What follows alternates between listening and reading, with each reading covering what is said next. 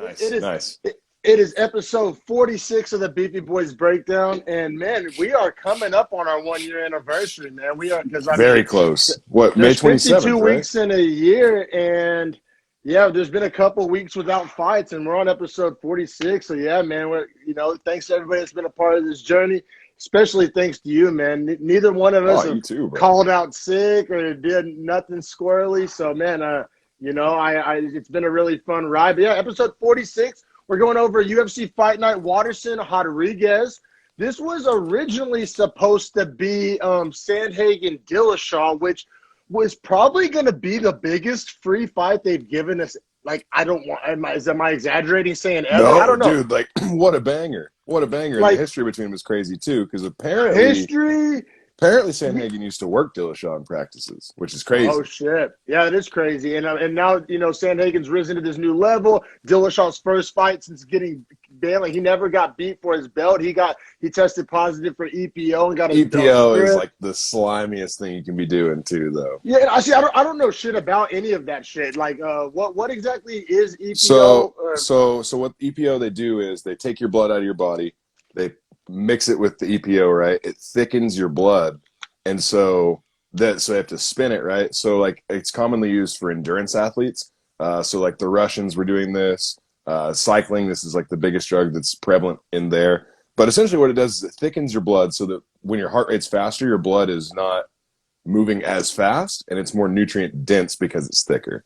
So like it also sounds like dangerous as fuck. It's super dangerous because when you're asleep at night, city, right? Yeah. So the U.S. cycling team, they would have to monitor their heart rates while they slept at night. Cycling team, I should say, if I didn't say that. But if they got too low, they'd have to wake them up, and they'd have to hit like a 45-minute run on the bike to like rethin their blood.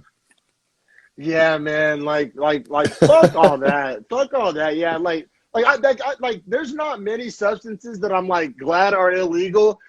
But that falls under the category, man. People don't need to be doing that shit for a competitive advantage, especially. Like, not only are you doing all this shit to yourself, but you're doing all this to get an unfair advantage. Totally fucked up. But so we're just setting the context here of like Sandhagen Dillashaw was supposed to be, I mean, in a lot of people's opinion, the best free fight the UFC's ever given us ever. And that division, bantamweights, we always ride the bantamweights nuts. And, that division's, red hot and has a lot of – that fight would have had all the implications in the world. The winner essentially gets the title shot, no questions. Well, probably the winner is favored over Sterling, don't you think?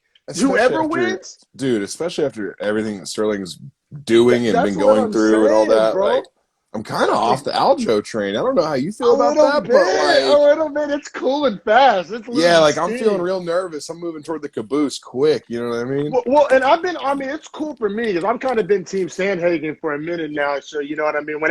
I think that's how it's going to eventually play out, and I want to see Sandhagen eventually get that belt. So it's not like my loyalties are really going to be tested all that much. I think we can all agree it's fuck TJ, but But so I guess I say all that to go from the biggest free fight ever to Waterson Rodriguez, definitely anticlimactic. And bro, they didn't even know who the main event was going to be between those two, the Neal Bowl or Cerrone Morono. You knew it wasn't going to be Cerrone Morono. You knew it wasn't going to be Cerrone Morono. I'm honestly pretty surprised it wasn't Jeff Neal and Neil Magny. Yeah, the Neal Bowl. It's crazy. And it's nothing to do with even the female-male thing. It's just like the last time we saw Jeff Neal was in a main event fight night. The last time we saw Neil Magny was a Kiesa fight night. I mean, it makes perfect, all the sense in the world. Like, it wasn't, like, it just kind of was 1 + 1 = 2. No. How it ended up playing out, I'm kind of totally fine with it. Like, but Me too. Leading up to it, like Waterson and Rodriguez stepped up to the plate. They put on a show. It was a great fight. And Waterson's last main event was super fun to watch too against Angela Hill. So it's not so much I was doubting either one of them. I don't know. To me, I just thought like Magny versus Neal is an easier sell and just looks better on a poster. Like maybe that's. I don't know, but it ended up being fine. We ended up a bunch of cards getting pulled, a bunch of fights getting pulled, and we ended up with 9 fights, 3 fights on the prelims, and 6 fights on the main card. I gotta say, bro, on a night like last night, and I'm obviously not saying I'm cool with people getting COVID, but wish everybody speedy recovery. On a night like last night, I'm cool with 9, bro. Like, I didn't need 15 of those last night. I didn't, bro. Can I And to keep be it a buck honest, 50? yeah, to be honest with you, bro, like I was going to sleep last night, and I thought to myself before I headed home from work, I was like, because I got off work at like a good time last night, and I was like, damn, I'm not gonna be up super late tonight. 7 decisions, the main event being one of them. All the filler, which hopefully you got to fast forward through some of that. But So dog, I didn't realize it was 3 on the prelims and 6 on the main. I thought it was 4 and 5, like any sensible fucking promotion would do. So I was looking for the 4th fight for like 20 minutes. Like, where is it? the prelim was brutal. So at first I was like, oh, surely, because usually when all these fights get canceled, they'll move it back by like an hour. That's happened to me. 100%. That's happened to me. I don't know how many times over the course of this podcast. And so, but I noticed they kept, so the prelims was down to 3 fights, and they kept the 2-hour time slot. So they filled 2 hours of airtime with 3 fights. It was like just it was pretty brutal as far as like a broadcast goes. But I think I've complained enough. The fights themselves actually were entertaining, and like you said, there was a lot of decisions, but I'm kind of off the wave of decision equals boring. Like, to me, those things are not synonymous. Like, and like in the converse can be said as well. Like, just because it was a flashy knockout doesn't mean it was a dope fight. So right, it can be like just as much of a surprise, like flash KO, as much as it is like a boring decision. Like, that's just as possible. And like a flash KO doesn't mean that guy was necessarily a much better fighter that's like leagues or worlds ahead. He just caught him. Yeah. But we had a lot of good fights last night, a lot of good performances, and like I said, I mean, if it's a decision, but it's an action-packed decision, it's a competitive decision, it's a decision between 2 guys that were game or 2 guys that were really skilled. Like, yeah, like, why am I mad at that? Like, more, I think for me, they both have the cardio to go the distance. Like, this doesn't bother me. Now, if it's a go the distance, like the refs clapping every 30 seconds to we need action, or it's the foot stomp, disasters, like just leaning against the cage for 15. Yeah, I don't like that any more than the next guy. But like I said, I just don't think I don't even think the fighter's like that. Like, Usman acknowledges, like, he's like, I don't want to be in their foot stomping him, but if he can't stop me and I'm winning that position, why would I stop myself? Yeah, for sure. But yeah, like I said, short story long, I think the fighters put on a great performance pretty much across the board. And like I said, I think it was one of those cards that on paper was lackluster. There were some undercover heaters though. Like, me and you were texting each other all week about fights in like the middle of this card, either the top end of the prelims or the bottom end of the main card. The fights in the middle were heaters. Yeah. Like, I know we talked about Klein and oh God, who did he just run it against? Klein and Trizano, which we knew was going to be fire. We talked about Phil Haas and Dawkins, also fire. We talked about Jun Young Park and Iron Turtle. Yes, sir. You were big on Carlston Harris. I didn't know too much about him, but yeah, we were big on all those fights for sure. And then we both. I'll say both of our picks were pretty on fire as far as like the fights that we actually felt good about. Yeah. Which leads us to the first fight on the prelim. So we got a 3-fight prelim. We had Christian Aguilera, plus 145 underdog, fighting Carlston Harris, making his debut as a minus 170 favorite. And you were real big on Carlston Harris coming into this one. Super well-rounded, great cardio. Yeah, and fighting a welterweight, and man, he's a ripped welterweight. He seems like a super lean welterweight. Like his body type doesn't look like a welterweight. Now I'm not saying he doesn't look big enough, but just if you didn't have like context, you want to look at that guy and think he's a welterweight. In my opinion, he looks kind of more like a lightweight. But I would say you think he is like 160 when you look at him, which is crazy because most of those guys at 170 look like they're 180. Exactly. That's kind of you said that much better than me. Yeah, and man, in round 1, I mean, this was a quick one. Carlston Harris, like I said, Harrison felt real good about him coming into this one, and he was vindicated and proven right because Carlston Harris made quick work of Christian Aguilera. Aguilera, like, they were kind of standing on the feet. I think Harris was getting the better of him on the feet, and it led to Aguilera kind of taking a lazy shot, kind of a bad takedown attempt, like the kind of shot that had no chance, but he just was tired of getting pieced up on the feet and wanted to try something different. Which, you got to, try something. I'm feeling for wanting to try something different, but it wasn't the greatest shot. and he pretty much just walked straight into Harris's anaconda. Yeah, and good on Carlston Harris too, because super like vet move as far as his jiu-jitsu. Whenever he gets the anaconda, most guys, obviously the way you lock it up is one arm goes under and you catch your forearm, tricep, wrist, however you can catch it, but you're trying to put the blade of your locking arm across their neck, right? Makes sense. What was really crazy for him though is most guys when they get that try to roll to the shoulder that they have underneath, right? So if I'm locking other way. Okay. So he rolled to his top shoulder, which was really crazy because what that does is trap the head.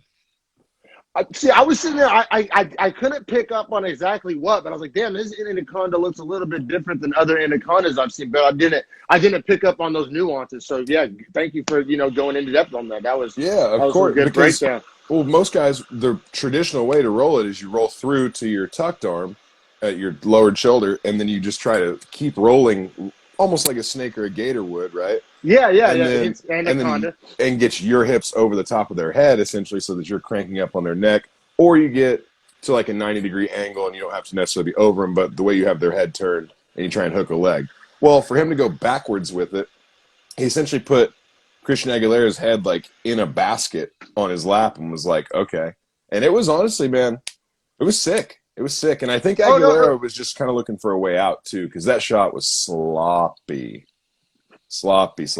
Now, he did get caught with a pretty big right before the shot, so I wonder if he was like you said, man, I think you alluded to it and described it perfectly. He was just tired of getting pieced up. He was tired of getting pieced up on the feet. Which shows how well-rounded Carlston Harris is, which you said before the breakdown that he was well-rounded, and he had it on full display. Man, it's one of those things he made. Sorry for the poorly timed dab there, but he made such quick work of him that you would kind of question like the competition. However, it wasn't like he was a minus 400, a minus 300 even, or even a minus 250. Minus 170. Like Vegas thought this was going to be a close fight. So when you come out and just annihilate a guy who's a plus 145, like I'm not about to question the competition level. Now, I think he will get a jump in competition, but it was his debut. What I'm saying is stellar debut. Like, absolutely. Stellar debut. And good matchmaking. They gave him a fight that should have been competitive. They didn't throw him, it wasn't like they were, padding his record or they weren't throwing him to the Lions either. Yeah. So it was a great debut on all fronts. I guess not if you're Christian Aguilera, but yeah, Carlston Harris, he got that performance of the night bonus. And man, I don't know too much about the economy of Guinea, but I imagine 50K goes pretty far in Guinea. So yeah, you'd imagine. I believe that's where he's from. So, but yeah, man, we'll keep it pushing to this next fight because this is one that we were stoked for ever since it was announced. And actually, ironically, this was the only fight that was on actually announced. Like leading up to this. Like when we were doing last week's, if you actually stuck it through to the end of last week's episode, you heard us talk about this fight because it was literally the only fight announced on the whole card. This card was like a question mark mystery card. By the way, do you feel like whenever the Dillashaw injury came about, which he had a terrible cut on his head, so I understand him stepping out of the fight, you just have to, but that came out 2 weeks ago roughly, right? Yeah. So when that happened, I didn't even hear the UFC talk about anyone else in the card. I legitimately thought maybe they're just canceling this card and moving all the fights. I thought so too, bro. I swear, I thought dude. So too. No, because they've never gone about it the way they went about this one. It was even people didn't know. Ariel Helwani and DC, they dropped their show 2 days after the fight. So we had our show on Sunday. They had no idea who the main event was. And then they're as plugged in as anybody. So that's what I'm saying. This was a question mark mystery card. And like I said, I guess holding it to the standard of this card may have not even happened. I think it went down great. Now, is it one of the best cards ever? Is this probably one of the most least memorable cards in a cool minute? Yes, but A, they can't necessarily all be heaters, even though they pretty much most of the time they are. And B, I mean, shit happens, right? In all walks of life, shit happens. Of course. And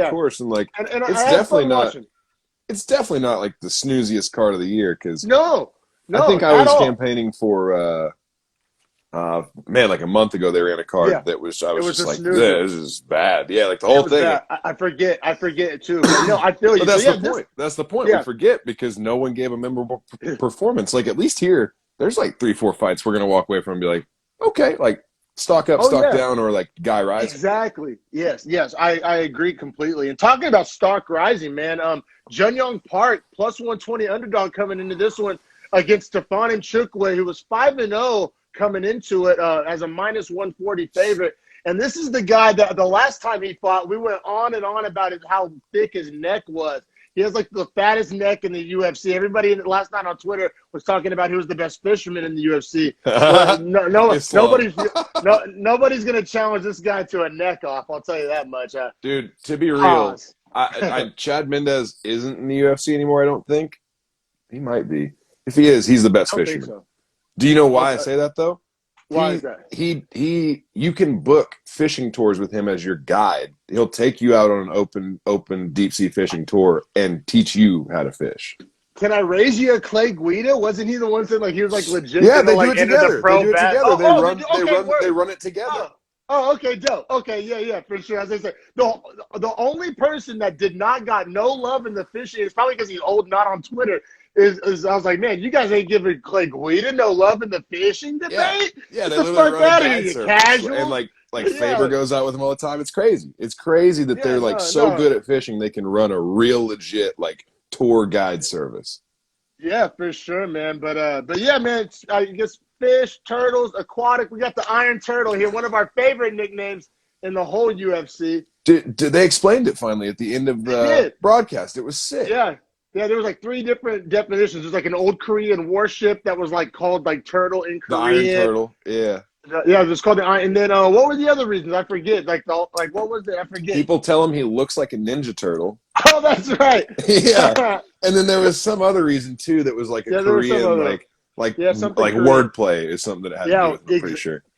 For sure, man. But yeah, one of our favorite nicknames in the UFC, and quickly becoming one of my favorite, rising middleweights in the UFC for sure. And then Stefan Nchukwu, he's just this freaking powerful, like he's a light heavyweight fighting at middleweight. It's zero speed, but also like 100% like durability and like 100% power. Like he's like a weird build. Like if you're building like a character on a video game, you like maxed out certain stats. He's like Bruiser Brawler. Yeah, and then you like didn't pay any attention to the other stats at all. Like, right, you were just like finesse, technique, dodge, movement. Cardio. No. It's like it's like when you build like a lineman that's like 6'7", like 350. You're like, okay, he's just gonna plug the center. Like you spent all your XP before you got to those categories and just left them blank for sure. Yeah. But needless to say, a very unique athlete in the middleweight division, and like I said, he was favored going into this, and I was giving you some pushback. You really liked Park coming into this one, and I was like, I feel you, bro. I like Park too, but like, one of those bombs for Nchukwu lands and it's all over. So as far as like a betting perspective, I didn't like Park just because I thought it was a risky bet, but as we see so many times in the UFC.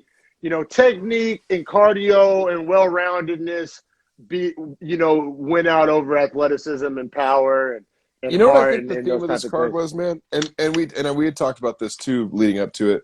There weren't really any heavy favorites. I think the biggest favorite was like a minus 240. But the dogs were barking last night, man. The dogs were barking in the close dogs. Yeah, I think we have a minus 200, minus 210. I think is the biggest I'm looking at here. Minus 210. Klein was minus 240. Oh, 40. You're right. So, yeah, that was a close. That's a good night of matchmaking, man. That's a good night of matchmaking for sure, man. And a good night to bet. Like, when you see these close lines, man, you can definitely win some underdog money for sure. Well, and that was I think we talk about it more than probably anyone else, man. If you find someone from plus 140 to plus 300, that's your most likely range to get that upset if you're going to bet a dog. Like, look for those numbers.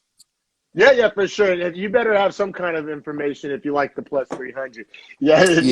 Don't bet a plus 300 with your heart and balls. Trust me. You say Take that, it from but me. like Derek Lewis. No, but I had something on that. Like I literally thought he was going to catch him on his way in. But like, that's what I'm saying. Like it wasn't just like a heart and balls pick. There was like a little more to it than that. But I feel you. That was a plus 300. But like that's what I'm saying. Don't just go out there picking those willy nilly. You got to see the path to victory. Thank you. That's what I should have said. Yes. But And speaking of path to victory, we're kind of bringing it full circle here Yeah, because perfect. I think most people thought Park's path to victory was on the ground, Was and to most wrestle. people probably thought that if he stood and banged with Nchukwu, it was probably a bad idea. But he kind of, proved him wrong.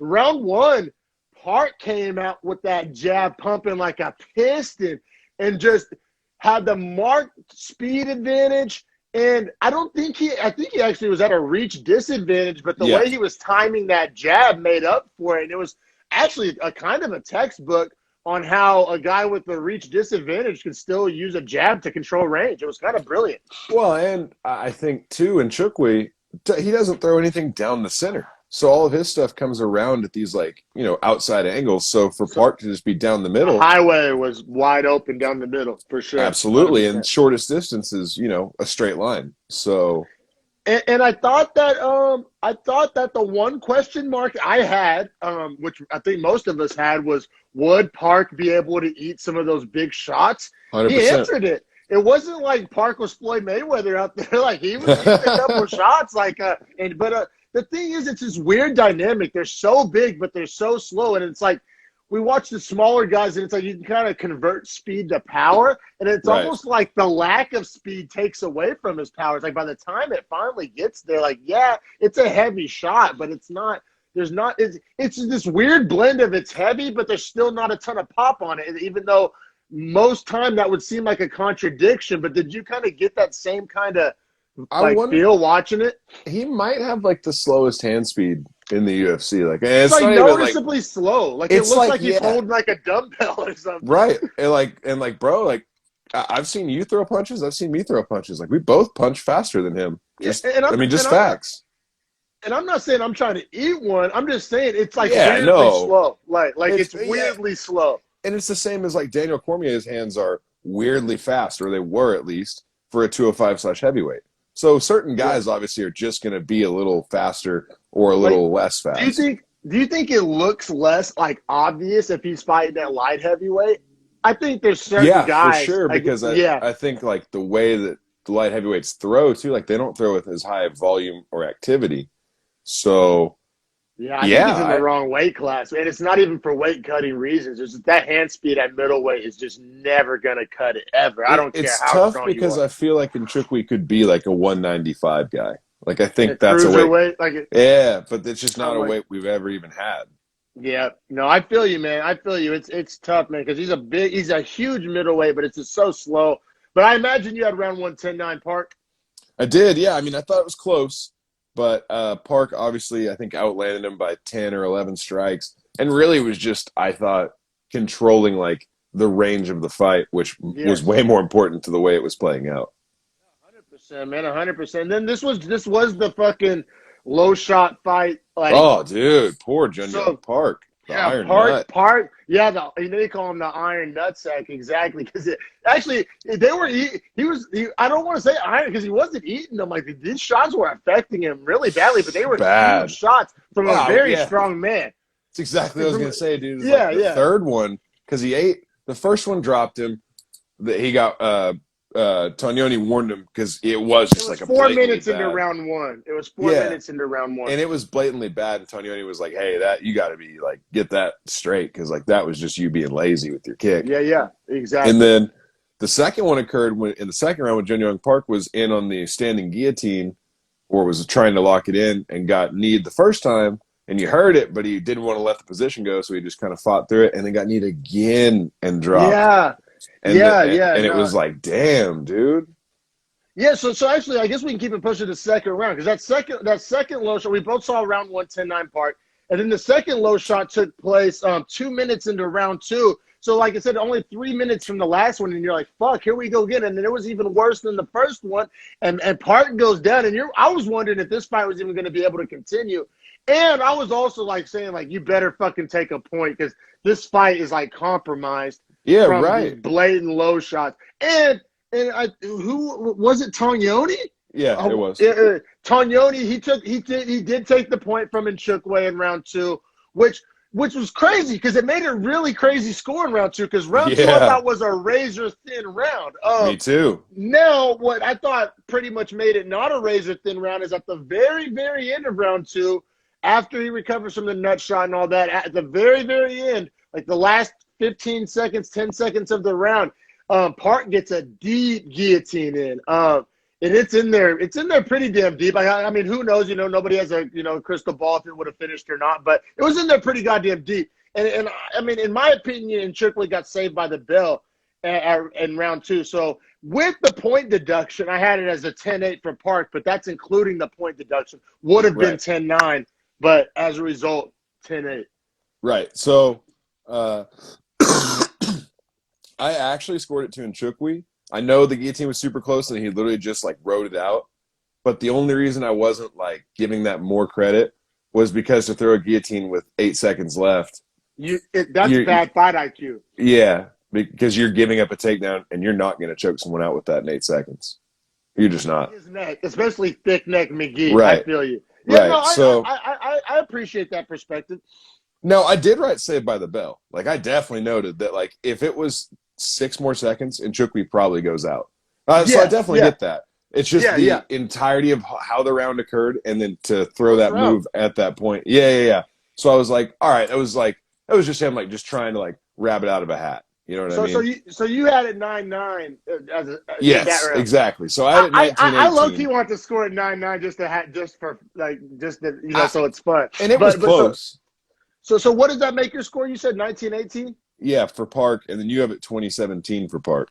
I do. Yeah, exactly. So I had it in Chickway needing a finish going into round 3. You had it pretty much kind of still up for grabs, at least for the draw. At least for the draw. All right, for sure. Oh, and then we'll see. And then I'm really interested. I actually let you go first on round 3. How did you score round 3? Oh, this could get even more interesting. I gave it 10-8 to Park because I just thought he finally got the takedown, got on top, and just, I mean, meleeed the fuck out of Nchukwi, dude. He was pouring blood, like pouring. Like it's been a long time since I've seen like Sarah Alpar. 80s movie. Yeah, it looked like a shitty a slasher film. It was, dude. Like there were pools on the canvas from like where they were like sliding across the ground, where like Nchukwi was just like literally pouring blood out of both of his eyes, his ear, and his nose. Like it was insane. All right, cool. So I'm so glad you saw it 10-8. So that leaves me at 30, 20, 25. 30, 25. Yep. And so that's how one judge saw it. And I had it 29 to 27. You had it 29-27. All right, so no judge had that, but one judge did have it 29-26. I'm sorry. I had it 29-28. 29-28. Okay, wow. No. I Are you sure it wasn't 29-26? 29-26, dude. I added okay, yeah. Because that's what the second judge had it. So the second judge agreed with you. The first judge agreed with me. That's really interesting. That's really cool how it played out like that. It did work out cool. And then the third judge officially was smoking crack during the fight. Right. It's Rob Ford. It's the mayor of Toronto. I don't know what to say about it. Like they had some fire crack. Fire him. Fire that guy. Whoever scored the 28-28, fire him. They didn't watch this fight. They can't score the fight. If you took a point from Nchukwi and that's the reason you got to draw, who won the – dude, bro. Right, so that means he didn't score round 3 at 10-8, right? Correct. He scored at 10-9 for Park, and then gave the first 2 rounds. 9-9. Yeah, and gave the first round 10-9 to Nchukwi. Yeah, there's no way to give round 1 to Nchukwi. Bro, how much bias is that? That's insane. Like round 2 and 3, I'll hear you out. Now, I think round 3 was a 10-8 because of the damage, but you can say, like, hey, one lucky elbow at the right ankle can make a cut that doesn't make it a 10-8. Like, I'll hear you out on that. Like, I'm not going to dismiss that. I don't agree with it. And then on round 2, like I said, we both disagreed on round 2, so it was a coin flip. I'm willing to hear you on round 2. But round 1, I don't see really an argument for Nchukwi. I think he got pissed up. Yeah, for sure. I agree. So, but regardless, we get the majority decision here, which is a pretty rare outcome, but regardless, Park wins the decision, which the right man won the fight. But let me ask you this. Sorry to cut you off, but if you scored this under the 1 fight rules, would you even have a question? Would you even have a question? It would be the fastest deliberation, like the fastest, like, yeah, no question Like, to answer your and question. to me, that's why it's a travesty that guy scored at 28-28. Yeah, Playing and points to like get a like, draw, and there's Shockwave no spent way. the night in the hospital, most likely. Like, you know what I'm Or with some saying? Like, stitches on his face. at the very least, yeah. Like, he maybe like he lost a lot of blood. Like, he may have had to get like an infusion. Like, he lost a lot of blood. Yeah, he had to go Like and get some vitamins, some minerals, some yeah, electrolytes because his shit yeah. literally was Seriously. out on the canvas. Seriously, bro. So yeah, I'm so glad we don't have to roll out any hills. That one judge was super out of line, but the right man won. Cashes as a plus 120 underdog.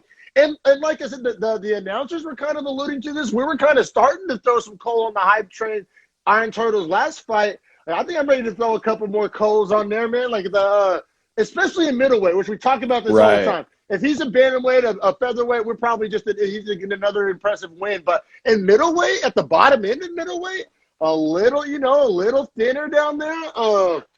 Yeah, I think he's a very talented fighter, and he proved he's more well-rounded. Standing with a guy like in a chookweight who wanted to stand.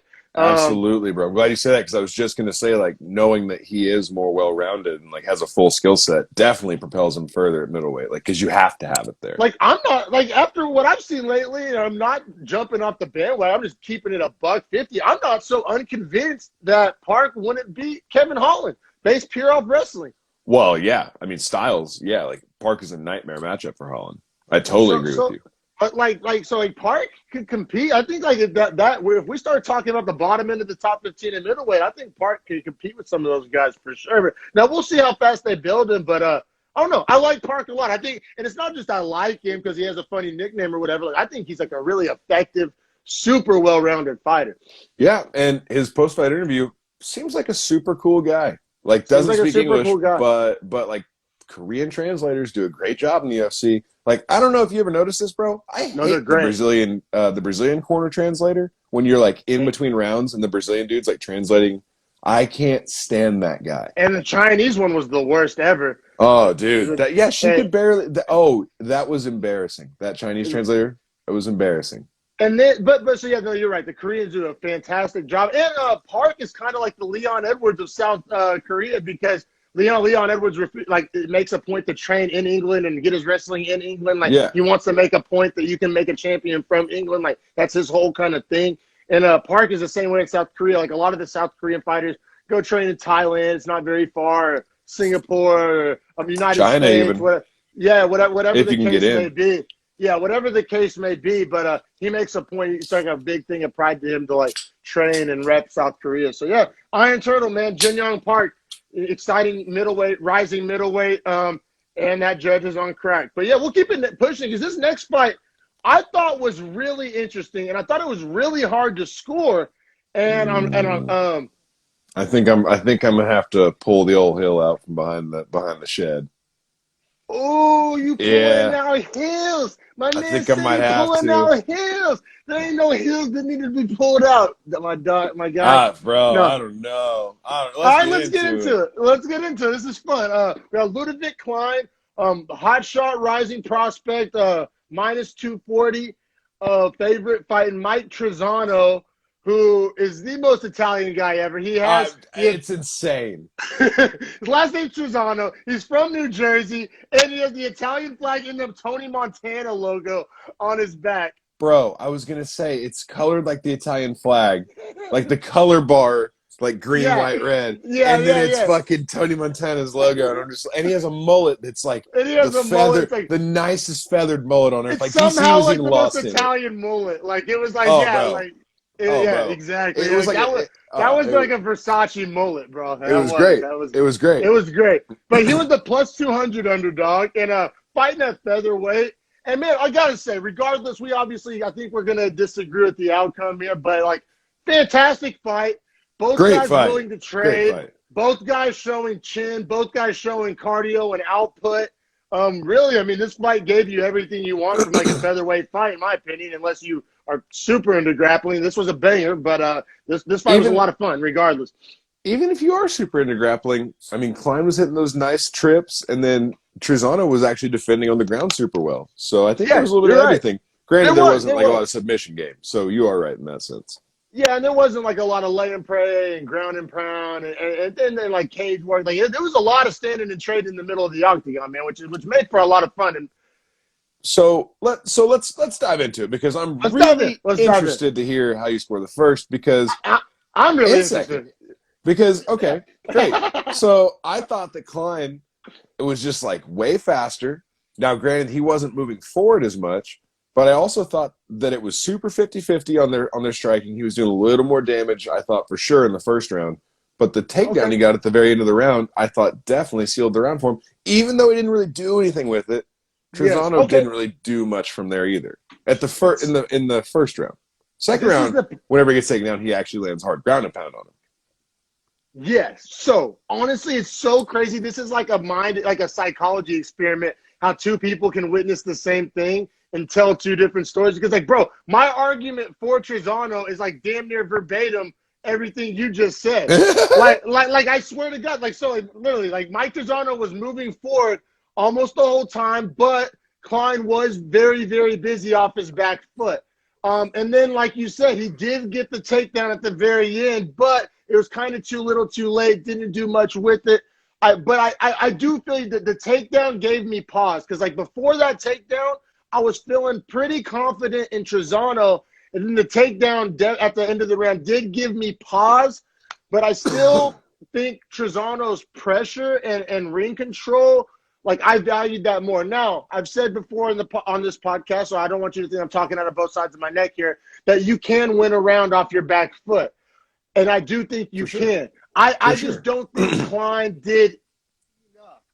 Did he almost do enough? Did he look really good off his back foot? Was he effective? Yes. See, I agree with you at every point you just said. Everything except he got the takedown on top of those things. That's where I'm at. I literally think he stole the round. Like, I think he stole the round. Like, I don't think he just won it outright. I think I still will take the, like, 4 minutes of marching forward. So you got Trezano 10-9. I do. Yes, but I admit it was razor thin, and I do admit that late takedown gave me great pause. But I had it 10-9 Trezano. It sounds like you had it 10-9 Klein. So, and I also just like my main point, my main logic in scoring that was I've given a round to a guy that was moving backwards the whole round, and it didn't look like that. Like, yes, I agree with that. He wasn't. I just don't think he did, and it wasn't even activity. It just wasn't like effective enough or damage or whatever kind of adjective you want to use. I thought Klein was landing hard with his counter lefts. Like, his counter lefts was snapping. And his body kicks were hitting hard too. And maybe it's credit to Trezano for how he ate him / wore him. He is tough. I think that affected my score. Trezano's toughness, he didn't give a fuck. He's like, give me another one. Like, tough. Yeah. I'm still coming forward, dog. Like, and I don't know. I just respected that. Maybe it's a preference thing. You know. Sorry, my thing's a little. The joint on it's getting worn out. I got to order a new one. No, I literally broke my little one I used for skating the other day. Those things are pieces of shit. But you can get them for like $7 now. So right. Yeah. But yeah, man. So like I said, I mean, it's razor thin round. I was super interested to see how you scored it. I was wondering if we were going to see this the same way. Now round two, very kind of similar round. Very similar round, except for all the things I said Klein didn't do enough of in round one. I thought he did do enough of in round two. Like, all of those boxes I thought he didn't check in one, I thought he went out of his way to check those in two. And what do I mean by that? I thought he just landed harder. Like, I don't think he even landed more. It was more impactful when he did land. And he was starting to stand in the pocket a little more and land some nice back fists off, like throwing he'd throw like a 1-2 and then come back with a back fist. He actually caught Trezano hard with one of those. He also caught him with a body shot. Kicks. And the body kicks. Yes, that's what I mean. That's what I mean. It was a body kick. That's exactly what I'm talking about. Well, there were a couple, but one actually. I think we're talking about the same one. Yeah, it hurt him. I think we're talking about that exact same one. Yeah. So, like I said, just a little more violence, a little more damage, a little more. It just the old eye test, I guess, is all I can say. I thought he was more effective in round two than he was in round one, which I think we both agree. Round two was better for Klein than round one. So it was enough to sway me over flip my coin on the other side, if you will. And with he got another late takedown, but this time, as we've kind of said it a few times now, at this takedown at the end of 2, much more effective than his takedown in 1. Yes, so I had round exactly. 10-9 Klein. Right. Okay, me too. Right. So me you too. had a 2018. I had it all tied up going into 3. Right, which is going to make all the difference in the world here, because in round 3, I thought that it was the Trezano show. Like, survived the guillotine by 2 seconds to end the round, by the way, in round 2. Like, he was about to pass out. Like, his face was purple at the end of round 2. And that's after, when they were on the feet, he wobbled him hard. He had him hurt when they were on the feet in round 3. Like, Trezano looked phenomenal in round 3. And he was walking him down. He was walking him down, but he had been walking him around for 15 minutes, in my opinion. Yeah, but it felt like the counters weren't even coming from Klein with like the last 2-3 minutes to go. Like, he was tired. He was tired of Trezano pushing forward on him, and just honestly, like, Trezano turned kind of into like that Italian bully. Yeah, he looked good, man. So you had a 10-9, not enough for a 10-8, right? Yeah, 10-9 Trezano. So I scored at 29-28 Klein, which only reason 29-28 Trezano, right? Is how you had it? Yes. So I'm fine with that. 2 of the judges agree with you, actually. Yeah. So I can get with that. The judge that scored at 30-27, once again, if that's the same guy, take his license. He's not watching the fight. Yeah. No, I got to say, 2 was close. I gave him 1, and we both gave him 3. So we're really debating 1 round. But we've talked about, too, like, 1 was a pretty coin flip round. It was. So for you to, like, give a coin flip and then also give, like, what we think is, like, against the grain around, it's out of line, but I just want to point out, it's not like he got, like, 3 rounds wrong. Like, it was like he got 1 round wrong, you know? Yeah, for sure 1 round wrong. 1 round's 50-50. The last round he got right. Yeah. But I was really, like, whenever this was one of those verdicts, like, you know how sometimes in the post-fight interviews, they'll ask the fighter, like, when they were reading I keep saying verdict, the decision, who am I, fucking Judge Judy, but fucking whenever they're reading the decision, they'll ask the fighters, like, how confident were you? If they were asking me that question, like, how confident was I had no fucking idea what name they were about to say. I had no idea. I was like, am I rolling out hills here? What's going on? And once again, not to, like, beat a dead horse, but, I mean, how would you score this if it was the 1 rules? Trezano wins, right? Trezano wins. Yeah, that's why I feel secure in my pick. But, see, that's why I was about to ask you the same question, because you pretty much gave this to Klein. But if it was 1 rules, that's Trezano all day, right? Yeah, but I just thought Klein won the first 10 minutes in 2 5-minute segments, which is, like, it's just weird to think that, like, that's how it works. So at the end of the day, Mike Trezano cashes as the plus 200 underdog. And like you said, the dogs were barking on the prelims. 2 out of 3 underdogs won. And we'll keep it pushing to the main card here. But this was one of the fights. I had this fight circled. We had Phil Hawes. This was my prediction for fight of the night. It was. Harrison predicted fight of the night. I didn't necessarily go that far. I just thought I had it circling. I was really looking forward to watching it. I was hyped for it. I thought it was a great matchup stylistically, a great matchup of, like, where these guys are at in their trajectory. I thought all around. I loved everything about this matchup. I was glad it got, because this was a fight that was supposed to be on the prelims, but it got moved up to the main card with all the cancellations. So I was happy for them that it happened. And yeah, they're Hawes plus 110, Dawkins minus 130. So essentially a coin flip. Middleweight, fighting at middleweight, which Dawkins is a crazy middleweight, 6'3", really lanky, which is crazy because his brother's a heavyweight who I think is also 6'3". So just crazy, the kind of the different genetics there. Haas is just muscled up, stacked out, athletic is all fucked for a middleweight. Good wrestler. And then I thought this fight was super entertaining. It kind of, because I get nervous whenever I have a fight circled or I'm looking forward to it. I'm like, oh, don't blue ball me here. You know what I'm saying? But I thought this fight, lived up to the hype and delivered.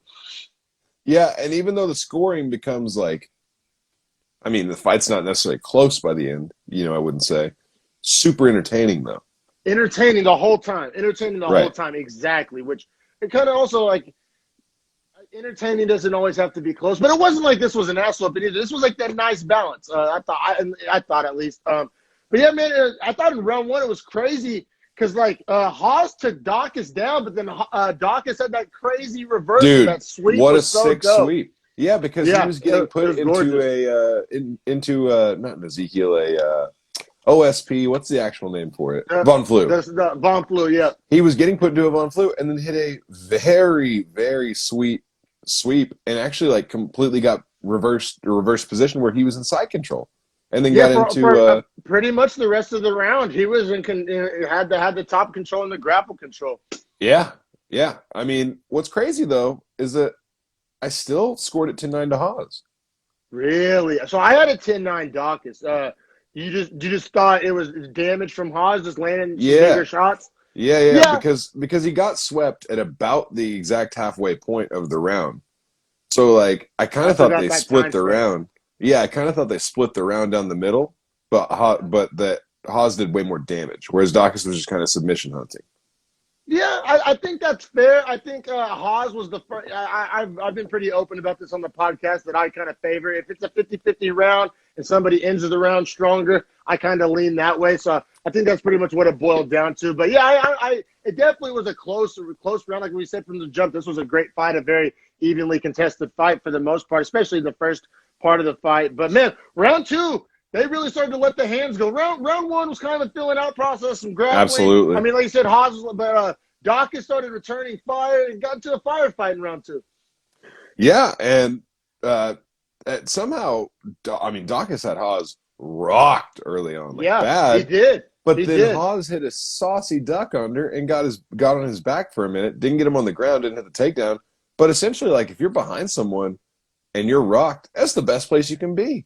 Yeah, you're safe. Yeah, and your recovery is just like you holding on. So, Haas, that was like a super nice move. He did land a pretty hard low blow as well in the second round. Yeah, that was 4 minutes into the second round, I do believe. It was he needed the groin. But Dawkins started fading pretty hard too, man. Like I think the pace was like really starting to get after him with a few minutes to go in the second. Man, I'm always careful when I try to like read into like body language and stuff because you don't want to like essentially, even if it's by accident, question a guy's character. And I know Dawkins, he's a fighter. I think Haas hit him with a couple of things in round two that I just saw something in Dawkins' eyes that was like, man, I can't match that. Like I don't have that size of gun. Like I said, they got into a firefight. And I think Haas was hitting him with the bigger bullets, and Dawkins was like, well, fuck, like I think at the start of round two, especially when Dawkins had Haas hurt, he was like, fuck it, then let's stand and bang, like let's trade, let's do this, and then he kind of got hit with some things where he was like, fuck, I should have stuck with the game plan, but by then he had kind of shot his load on some of his cardio in the big firefight. So I think by the time he tried to go back to like the strategy, he was gassed, and then it just kind of spiraled downhill from there. Like I said, maybe I'm reading too much into it, but that's kind of. I think you're right. He opened her up to quote our boys Jelly Roll Schultz. And Schultz, yes sir. Schultz. He opened her up, and it just couldn't get through Haas, and Haas like. Dude, his nickname is Megatron, but like he did seem kind of that way. Like he was just coming with the same like intensity the entirety of the fight. Like he didn't let off the gas. Yeah, and the broadcast was making it sound like, and Dawkins was making it sound like, because I mean, how often do we see that? Like, let's just keep it $150. The muscled up black guy gas out. Like we see it happen pretty often. All the time. And like, all the time. And so everybody was making it sound like that's what was about to happen. Like they were saying that was Dawkins' strategy. The broadcast was like, watch for Haas slowing down. I was looking out for it. He didn't, like, his cardio was great. It was especially great for a big muscled up athlete.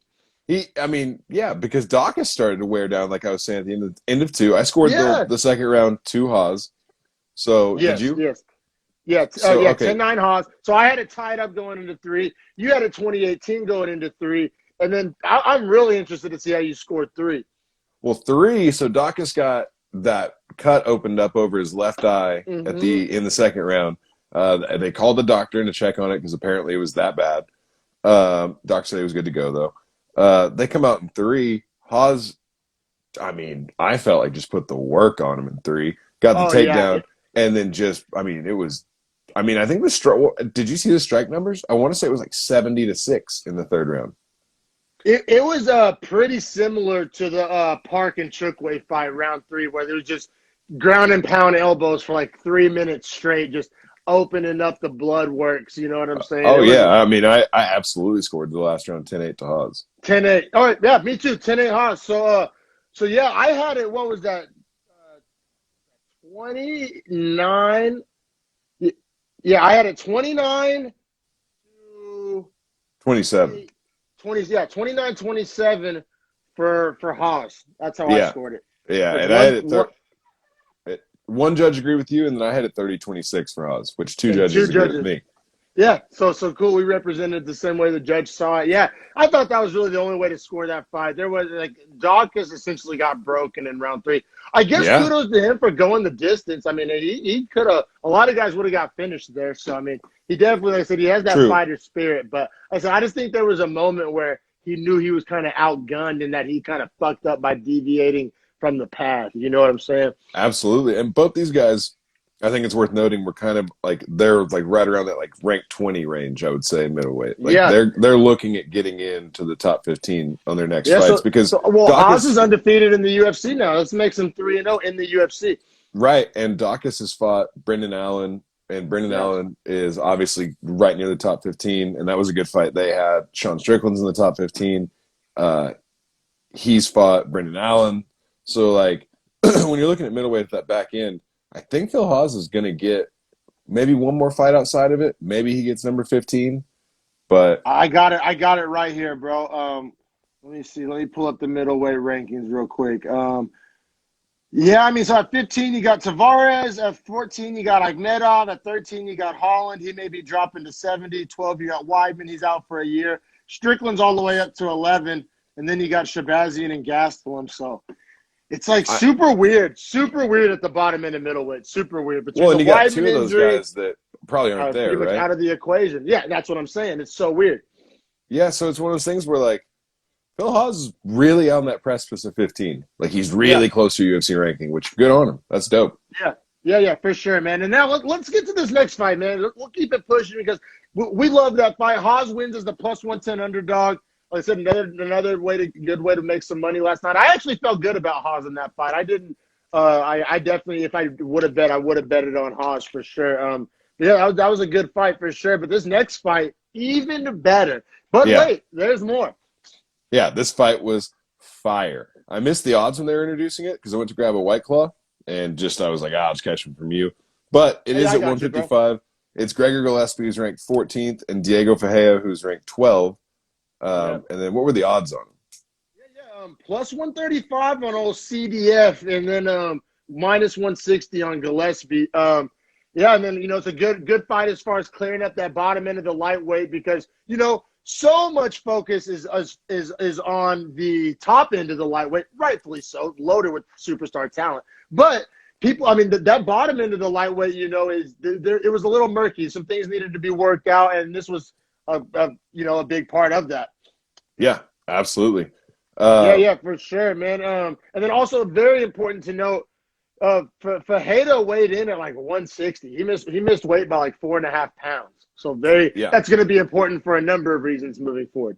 Yeah, absolutely. So it honestly came out with Gillespie getting that nice takedown with about 2 minutes left. They're kind of going back and forth. It was a really entertaining fight. But, dude, on the ground, Ferreira in the first round was just throwing up like submission attempts like a machine. Well, it was just so gorgeous, bro. Like, it looked like, honestly, like a scripted Hollywood fight. Like, just the scrambles and the flowing from one position to the next position to one guy does something, the other guy counter. It was just tit for tat, cat and mouse. It was essentially like a 5-minute long scramble. At least that's what it felt like. Like, I'm sure the numbers aren't that dramatic, but it felt like the whole round was one long scramble. It was just beautiful. Now, I think I saw it a little bit different from you, man. I thought it was a very close round. I thought that pretty much the most impactful strikes landed in that round were the ground and pound elbows from Ferreira at the end of the round. Oh, yeah. I scored it to Ferreira. Okay. Oh, okay. Word. Yeah. So, I had a 10-9 Ferreira, but beautiful, just gorgeous on the eyes. Like I said, just one long scramble, just so much technique, so many different things happening, going from one position to the next, transition, counters. It was so crazy. Like I said, it almost looked like a fight scene out of a movie. And Yeah. yeah, no, so, yeah, it was wild. The activity level was like off the chart. Through the roof. And now I do think it was really important to say, and the broadcasters were saying it all night. Other fighters were tweeting it all night. Gregor Gillespie's a wrestler. He was like a 3-time All-American, I do believe. They kept saying last night. And then Fajeda kept kind of stuffing the take. They're not stuffing, but that's what led to a lot of these scrambles. Would be like a Gillespie takedown, but Fajeda kind of had a brick in his pocket, right? But that extra 5 pounds, like every fighter, the broadcast, everybody was saying, like, if you don't think 5 pounds help you stop the takedown, you're crazy. So I don't know, just important to apparently. Everybody was kind of in lockstep, especially at lightweight. If we're talking 5 pounds of heavyweight or light heavy, maybe not so much, but everybody was saying 5 pounds at lightweight was a big deal, especially like in this style of fight. Well, and I will say too, yeah, 5 pounds kind of feels like you realized you weren't going to make it and stopped. And you were like, okay, I'll just like save the energy, take my L on the money, and like try to win the fight. Exactly. So good on Gillespie. And I got it. Our friend Kenneth, he comments on the show sometimes. He watches the show. He's a good friend of ours from back in Norman, Oklahoma. Shout out Kenneth. He texted me after that was a 10-8 for Fajeda. I told him he's tripping. I just want to say, yeah. Okay, we're both in lockstep. Kenneth, you're tripping. Yeah, I had it 10-9 as well. You had it 10-9. I think Kenneth was loving on the activity from the bottom from Fajeda before he got top position. That's pretty much what he was saying. Bro, you but can't really score that. Yeah, but like Gillespie was like literally making the right moves at every turn. So like to like escape the submission attempts. It was tit for tat. It was tit for tat. Yeah, like come on, Kenny, that's a 10-9. It's a 10-9 for sure. That's it. I wanted to kind of throw him under the bus a little bit. Man, but all right. So then in round 2, man, it was crazy because at the end of round 1, Gillespie looked like dead. Like I said, he lost the round, but also like gas tank wise, body language wise, wasn't looking so hot. He was like wobbly walking over to his corner. Yes, and then we go to like what I was watching it on the app. I wasn't watching it on cable, so we go to like our non-existent commercial break where they just make you stare at like a blue screen. Yeah. It's like I was asking myself, I was like, do I really miss commercials? This is just like awkward point. Like at least I can have some background noise while I check Twitter. Like I don't know, it's just like awkward silence. But anyway, like but during one of these weird commercial breaks, we come back and it's the start of the second round, obviously. And Gillespie's a new guy. Like, I don't know what happened. Like, I don't know. They shot him full of meth in between rounds. Like, he was a new guy. I don't know what his corner said to him. If they looked at him, they were like, he's breaking. Like, I don't know how they would know that. I have no idea. I have no idea what happened. Like no dauber was his direction after round 1. Like, after round 1, if I was at the casino, I would have walked over and emptied my wallet on the live odds for Fajeda.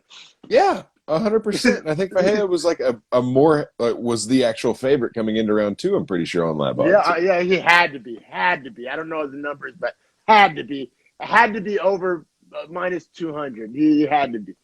So I'm pretty sure I know how. Well, second round we didn't score, but how did you?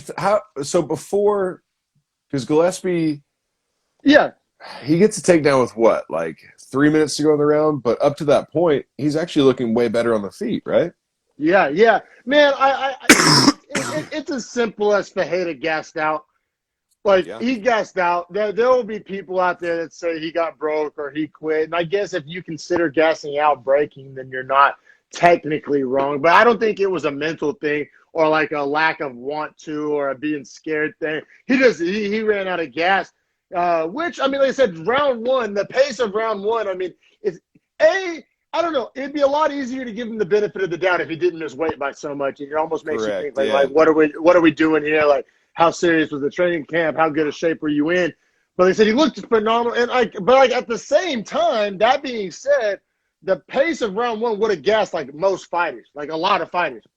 So it was insane that Gillespie ate as much damage as he did in the first round because he obviously took more damage than Fajeda, and he was the fresher man still. He was the fresher man, exactly. Shout out to his conditioning program, whatever it is.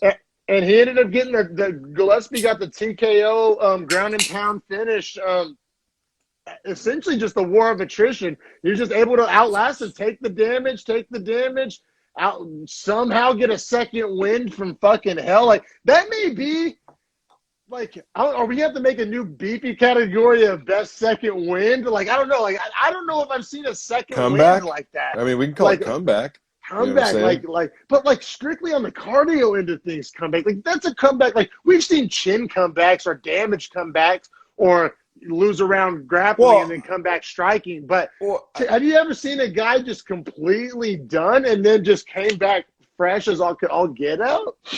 I mean, I feel like the Darren Elkins Mirsad Bektic fight was like that. Okay. Like he literally a good example. That's a good example. Barely got back to his corner after round 2 and then stopped Bektic in round 3 to win the fight after he was down 20-17 on all the judges' cards.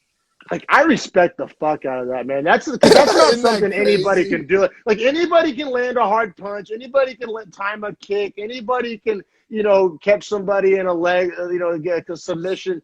But not anybody, but you get what I'm saying. But those guys, those type of guys to push through that barrier, that wall, that's a different kind of motherfucker, man. And that's a guy that's like super easy to respect. With all these guys are super easy to respect. They put it on the line. But yeah, you got a performance like Gregor Gillespie, which it was rewarded, man. This got fight of the night, and due to Fajeda missing weight, Gillespie got the full 100K. And Dana doesn't like to do that. But I think in this situation he did. There's a big middle finger for you missed weight by so goddamn much, and then you still lost. But you this still style of fight well. where this guy literally came back and for Dana, I'm sure for Dana, him watching it, he's a testosterone thick boy. He was probably like, oh, he broke him.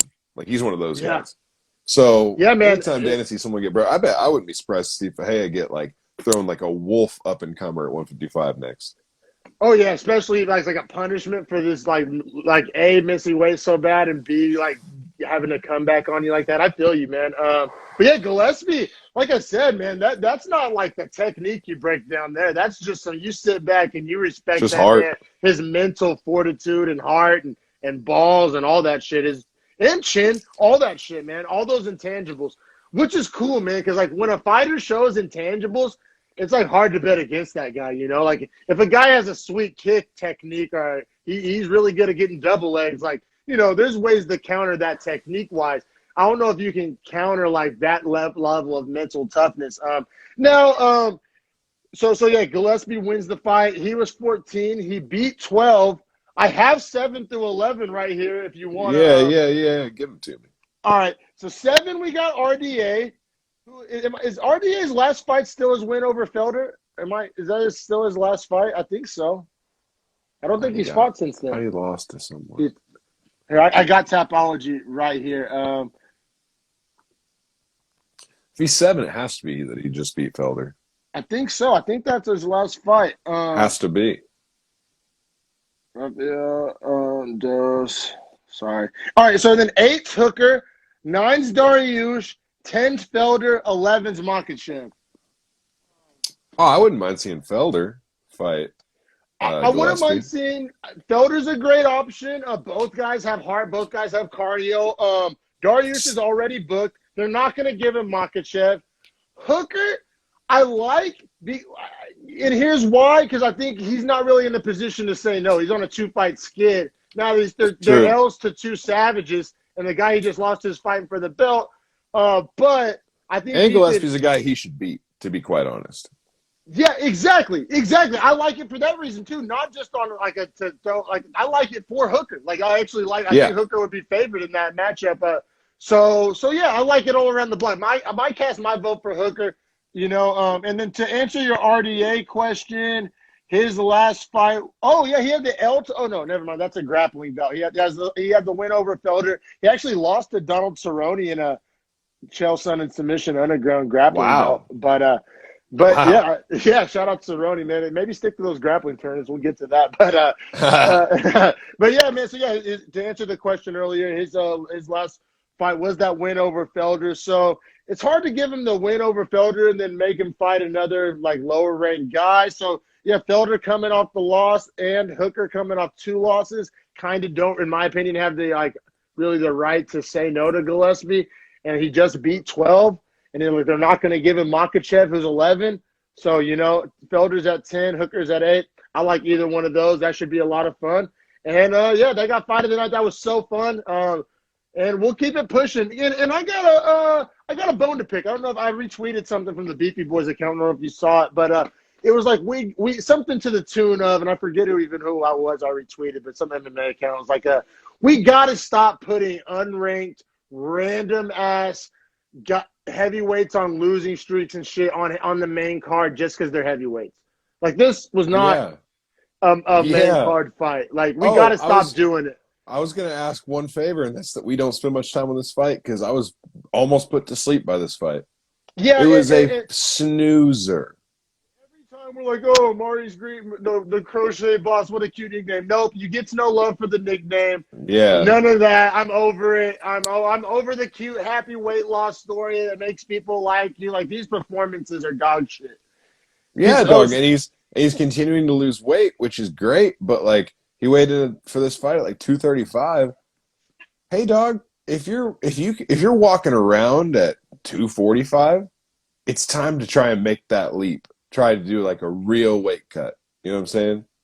Or take 6 months off, lower your walking weight to 225, and then fight at 205.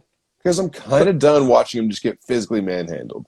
Yeah, I think we're done watching him really much, period. But like I said, you don't want to spend much time on it. I don't want to spend much time on it. He was plus 170 underdog. Marcos Rosario de Lima was minus 200. I mean, it was all grapple control, ground and pound. Like, de Lima would be on top of him for the entirety of the round. And then I don't even want to give de Lima too much credit because as Daniel Cormier was kind of, I don't want to say complaining about, but the whole fight, de Lima essentially was in half guard the entire fight. He refused Never to pass passed a them out. finish. Never went for the finish. He was like, I'm going to sit here in half guard for 15 minutes and win a decision, which, I think he was coming off like a long absence and or something along the lines. Like, I feel you probably don't want to take too much risks, but fuck, man. I mean, it was a snoozer. I'm super done with Green just from a fan perspective. Like I said, whatever little kind of bells and whistles or storylines made you like Maurice Green, like that shit only takes you so far. It rings hollow at this point. I'm over it.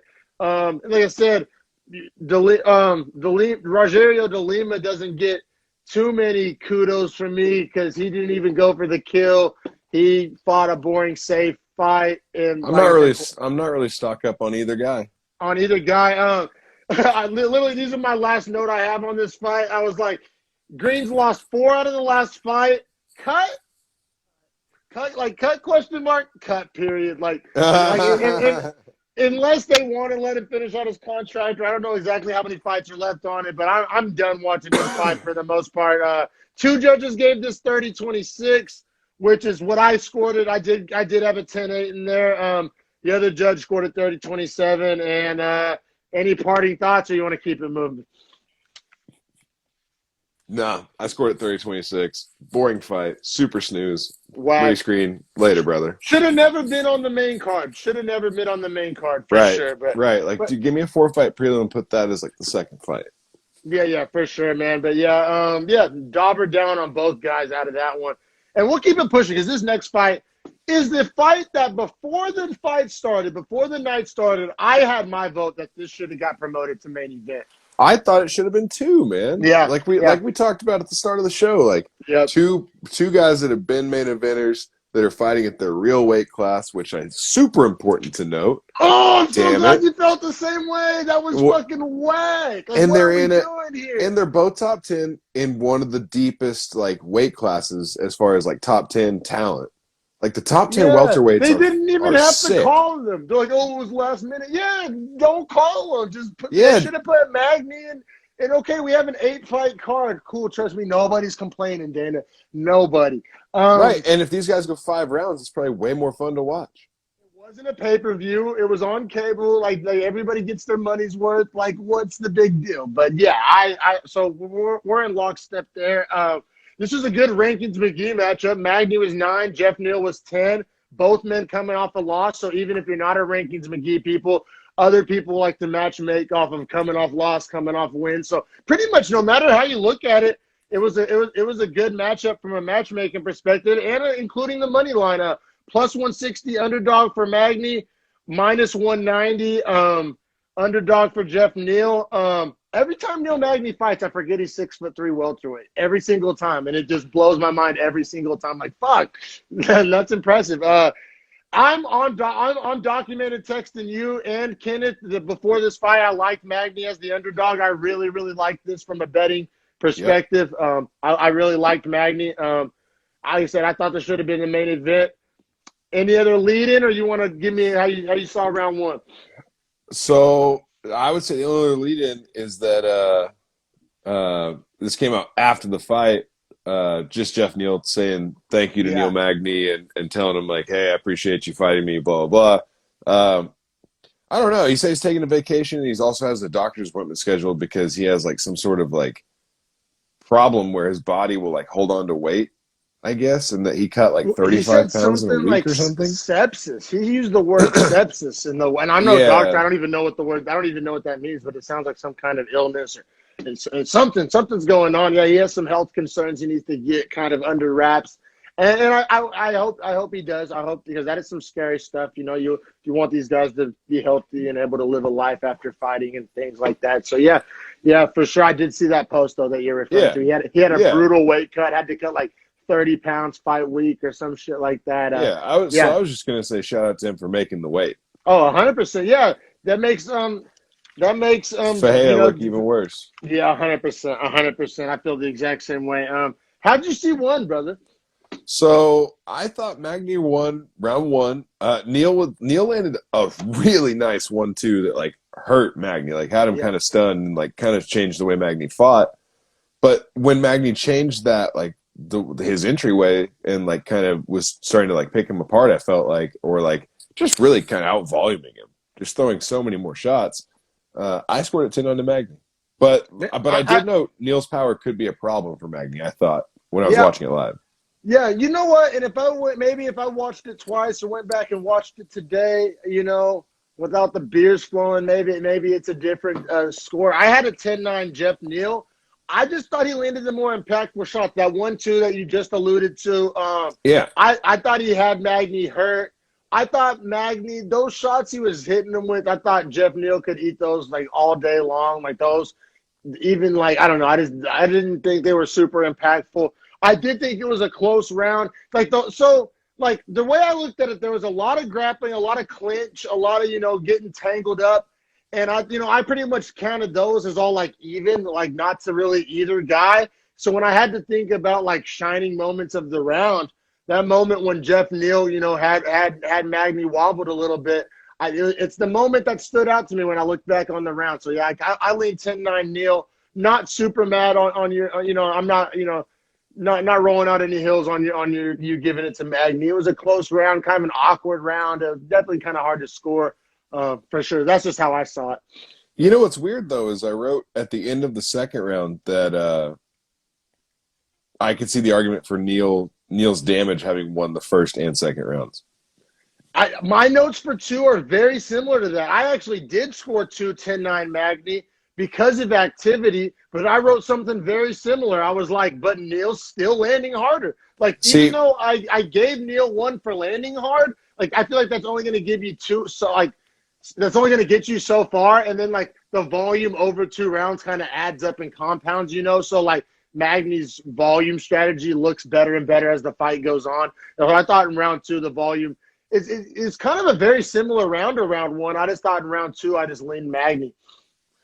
You know what's really weird is I leaned to Neal in round 2. It's funny, weird. But we still end up with the same score. Yeah. Going into 3. And I literally just did that because I thought, like, Neal's, like, the damage was starting to show on Magny's face. And I was like, all right, like, Neal's landing hard. He's landing hard. He was landing so hard. But, like, it was just the classic quantity versus quality debate, you know? It's just, right. Like, it's debate as old as time, you know? It's just and we kind of both flip-flopped. In round 1, I liked the quality. You liked the quantity. In round 2, I like the quantity, you like the qualities. But I think going into round 3, we had it tied up 19-19 at the end of the day. So that's what's so weird about scoring fights. Yeah, absolutely. Now, I thought in the third round, Magny kind of took it over. His Yeah, pace yeah. was like overwhelming Neil a little bit, and his volume was just crazy compared to Neil. Yeah, 100%. And he had that dope takedown. He had that Yeah, pretty, like, probably the cleanest takedown of the whole fight on either side in round 3. And yeah, just more active. I thought he was the fresher man, like noticeably, which is even more impressive considering he was the more active man. Like, it's not often you see the more active guy be the more fresh guy at the end of 3 rounds. So, shout right. out, very super impressive cardio. And just the ability to implement a game plan against the guy who punches harder than you do, right? Like, always getting him tied up in those tie clinches. Either, and then this is what I also have wrote in my notes that I thought was the key to Magny's success.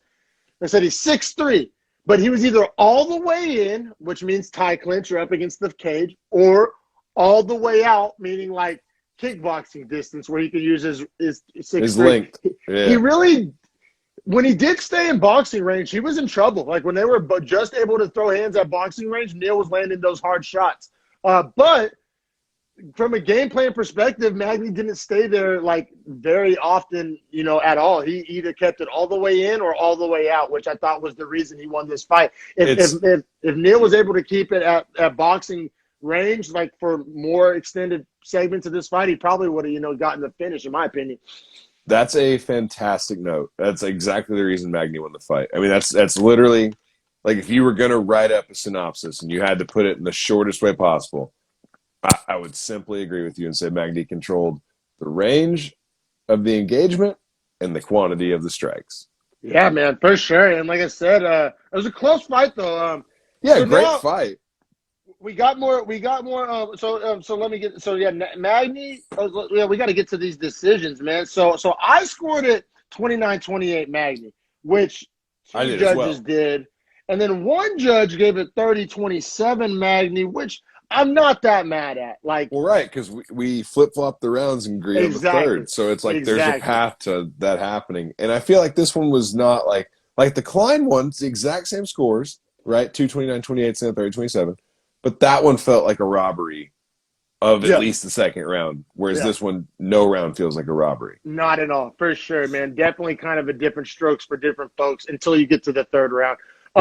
No, I was gonna say let's dive into 13 through 15 at welterweight, but there's kind of, or 6 through 8 rather.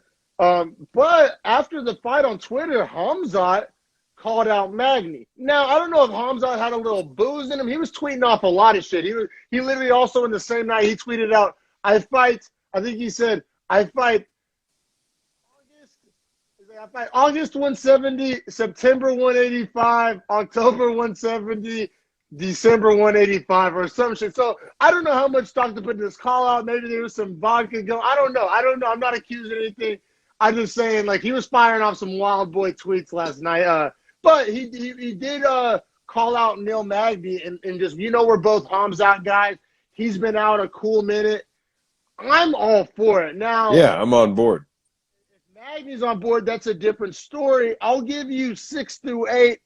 6 is Kiesa, who he literally just lost to, and I don't think they're going to give him a rematch this soon. No way. 7 is Luque, who is the guy Magny called out, and that's actually the guy, before I saw Hamzat called out, my natural matchup was Luque. I think that would be a really fun one. And then number 8 is Damian Maya, who's already booked versus Bilal, but there is kind of a storyline because Maya beat Magny, but all the way back in 2015.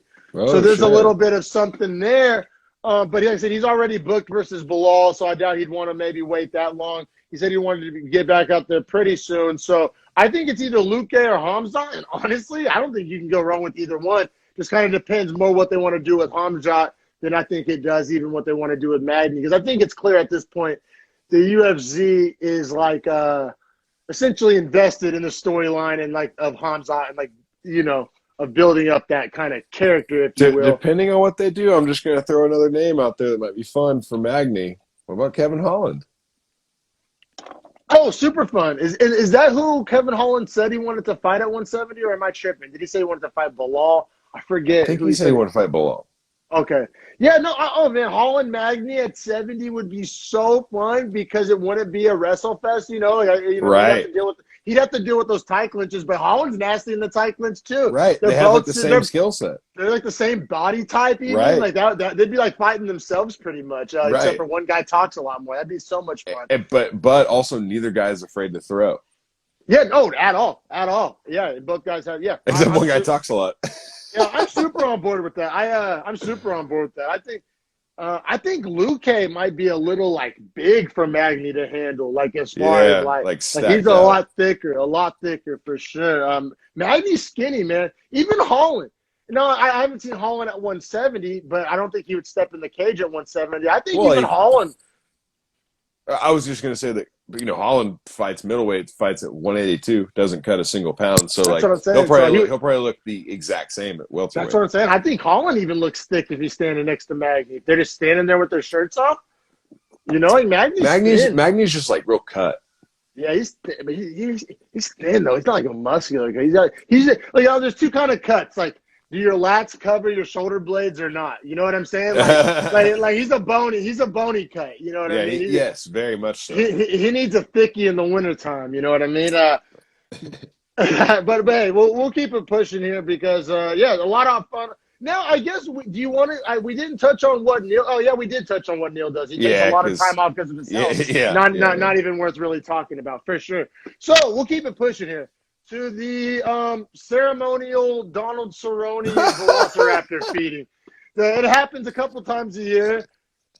We bust out. I should have brought my duster. We dust off the old Jurassic Park analogy that we use every single time he fights, and we take it from here, boys. I'll leave it to you because you know the drill here when we break down a sad, kind of nostalgic Donald Cerrone fight where we try not to be too mean, but we try to keep it a $150. You know the drill, Beefy Boys fans. So I think what's perfect to note here is that Cerrone was the minus 210 favorite. Which is what are we talking about? And, bro. I was all over this bet. I was over this bet like the moment this fight was announced. I honestly feel stupid for not putting money down. Like I felt like three units. This of feels like free on money. This one. Yeah. At an underdog, you got Morono at plus 175. And Morono just had a war with Pettis was his last fight. Right. And Morono fights all the time at 170. And Cerrone fights wants to fight at 155. He was in the middle of essentially cutting to 55 when he accepted this fight. Yeah, because he was going to fight Diego Sanchez at 70 just to fight Sanchez. Oh, that's at right. 70. That's right. But then his whole mindset was at 55.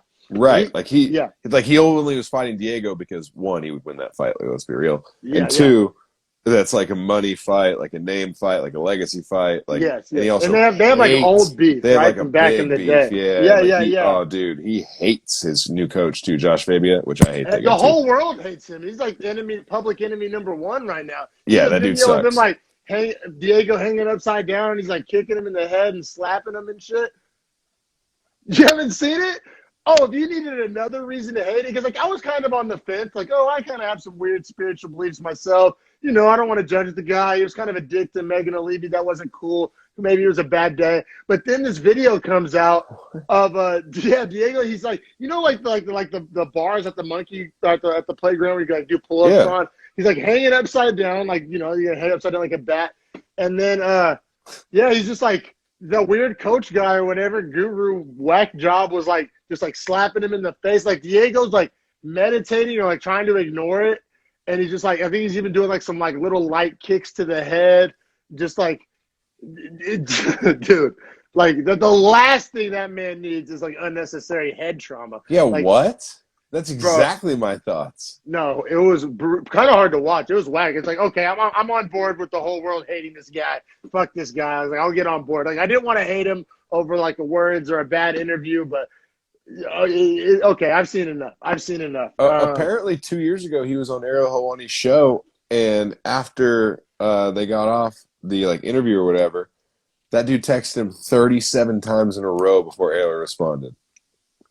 Oh, and then did you hear about It was before, I think, I don't know if it was his last fight, but it was before some Diego Sanchez fight. This coach, weird guy, goes up to the athletic commission and, like, air quotes, warns them that he's taught Diego a death punch. Oh my God. Like, you know those bullshit, like, McDojo, like death punch, like 1 inch punch, like that bullshit type shit. Oh, this dude Like, needs to be banned from the he needs to be. UFC or Well, any he fight essentially leagues. has been, right? I mean, essentially. At Well, this yeah, point, but like all other fight leagues, he should be yeah, banned from as well. yeah, no. So he's just a bullshit artist, like of the highest order. But yeah, let's get to this fight. As usual with Donald Cerrone, every time he walks out, he ties Jim Miller for most UFC walks. Just go back and forth and just battling for the I feel like you record. could just like I could have like go back and like copy and paste the last Cerrone fight we broke down and just like insert it here. Well, I think the nickname is fitting too for Morono, the Great White, because, and I hate that nickname, but in this case, it's great because he's just getting fed. Yeah, he's getting fed for sure, getting fed for sure, getting fed a cowboy. But like I said, I know he's been pretty hard on it, like I said. But in all fairness, I think like 4 fights ago, we were like firmly on board with him hanging it up. So like we didn't want to see this fight even happen. So for us to be hard on the results, it's like we didn't want to see it happen. We told you this was going to happen. You keep letting it happen. Like it's like I don't want to see it happen again. It's going to happen again. Like we don't want it. Yeah, it's like when you're a little kid and you don't want to like eat your green beans and like your mom's like, you're not leaving this goddamn table until you eat 3 fucking green beans, and you're like fucking eating them like crying and shit. It's like fucking this green bean sucks and then you dick. hate green beans forever. Yeah, and it's like that's just like what's happening with Donald Cerrone. I'm just like getting forced to watch him get beat up when I don't want to, and it's just he's just the green bean right now. And but yeah, round 1 TKO. If this was anybody else, I would be like really mad about this blatantly early stoppage, and that's what it was.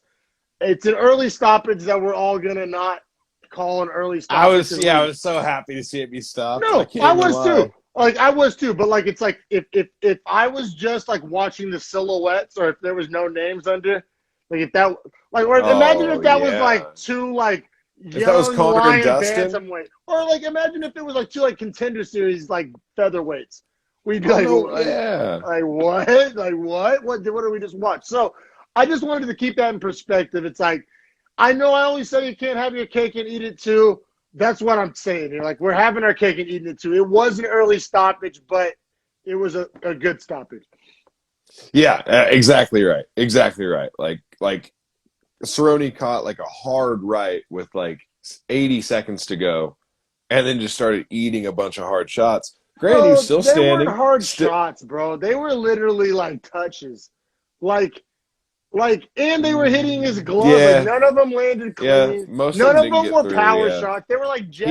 He was just eating him though. He was just eating him though. Is the thing. Like he was shelled up. He had the high shell. Yeah, he didn't return anything. Is what I'm saying. Like he was just like there was 3 jabs. There was no time to return. Like he literally like bro, go back and watch it.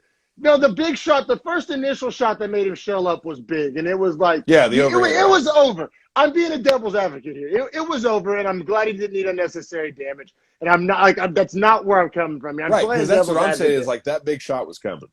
But I'm also just being 100% realistic, and I'm not gonna like whitewash history. Like those were soft jabs to his gloves that stopped that fight. 3 of them, I believe. But no reason to see him get flatlined. No reason. No, yeah. Like I said, I in my opinion, both are like mutually true. Like both can be true at the same time. Yeah. Oh yeah. I mean that's essentially what we said when we said like it's a stoppage we're not mad at, but it is an early stoppage. But we're not mad at the early stoppage because fucking save that man. And Mark Goddard is put in the most awkward situation. That's the ref, right? Because like he was in a damned if you do, damned if you don't.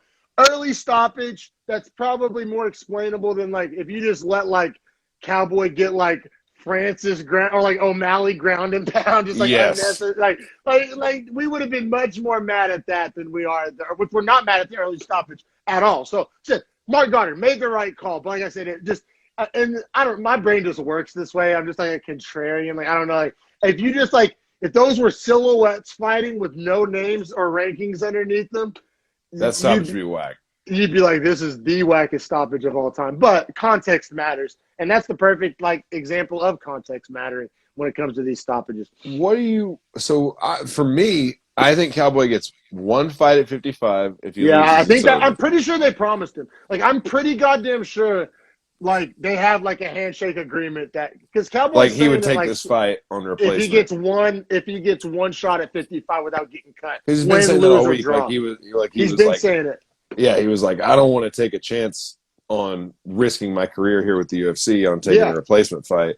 He was he's like, and it made it sound like it was like a gentleman's agreement, like you're saying, because Dana and Cowboy obviously have a great relationship. yeah, Like long maybe no one history. else in the UFC has a better relationship than those two.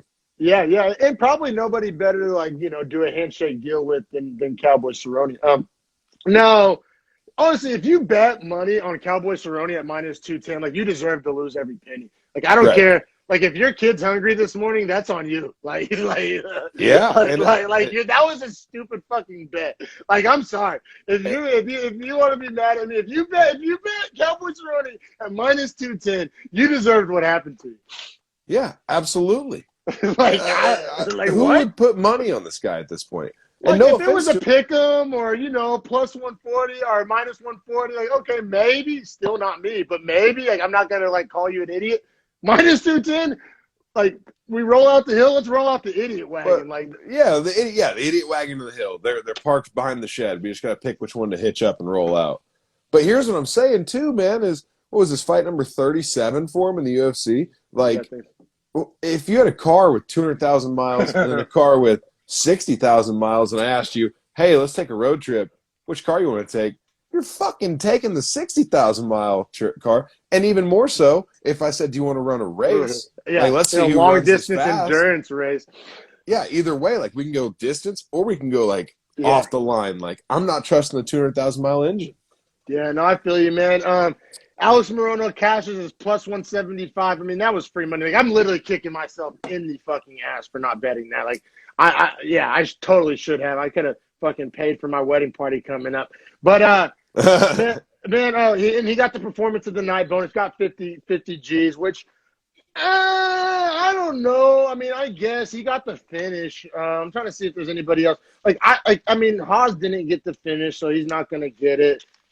Yeah, I guess you're not going to give it to any of these other Because Gillespie decisions. got the double bonus. I wouldn't have mind seeing giving it to Park because, in my opinion, that fight could have been stopped. But I get it. Like it is what it is. Morono, he beat the big name. But I don't even see it as a big name at this point. Like it is, but like in the octagon, it's not. You know what I'm saying? Right. So this is the 5th consecutive L for Cowboy. If you think we're being assholes or being too hard, like nobody else even gets the 5 consecutive L's. Like I think Yeah, they're Maurice always Green cut. was They're flirting always with cut it. before that. Yeah, exactly. So if you're saying it's disrespectful, like he got his benefit of the doubt by even getting 5 L's, and 4 of those L's were by KO, and a lot of those KOs were hella vicious. And yeah. Like I said, I mean, I don't even want to say I'm done watching him fight. He should hang it up. I said that like episode 20 of Beefy Boys. Like seriously, we're on like episode 46. So, yeah, I do. I think he's done. Yes. Have I thought he was done like the last 4 or 5, however many fights? Yes. Still Yeah, yes. Will be like yes next time. Will be yes when he fights at 55, unless they give him just a total tuna can. well, they're gonna probably give him like Joe Lozon or someone like that. That's like literally also 46 years old. But or Jim Miller would be hilarious. Would just like keep the record the same, like they stay tied. The battle for the pensions. Just like who's taking home this retirement bonus, boys?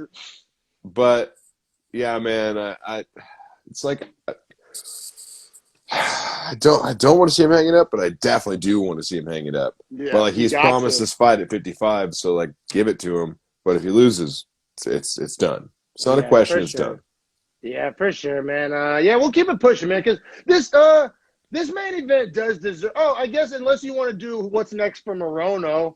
I mean, do you care? So Sean Brady's at 13. He does not want that smoke. Lawler's at 14, which I think it'd be a good match. But like, are they going to give him 2 old men in a row? I mean, that's like kind of some record padding stuff. I mean, all respect to Lawler, it is what it is at this point. And then 15's Hamzat on paper, which, like I said, he's not really. He's kind of like an Islam Makhachev ranking. Like, it's higher than it actually is. So, Yeah, I don't know exactly. Like I said, unless they want to give him Lawler and just have him do the fucking geriatric tour, then I don't know what else they would do with him. But Well, Moreno's apparently the geriatric tour guy. Pettis, Cerrone, fuck it, give him Lawler. yeah, I Give him guess all so. the legends from 2014. Yeah, I guess so, man. Line them up, line them up. But for sure, man, we'll keep it pushing because it is the main event, I guess, technically on paper, and it did deliver. I actually, like I said, as much kind of shit as I've talked on this fight, it delivered. I really enjoyed watching it. It was not a snoozer. It was great, actually. It was super entertaining.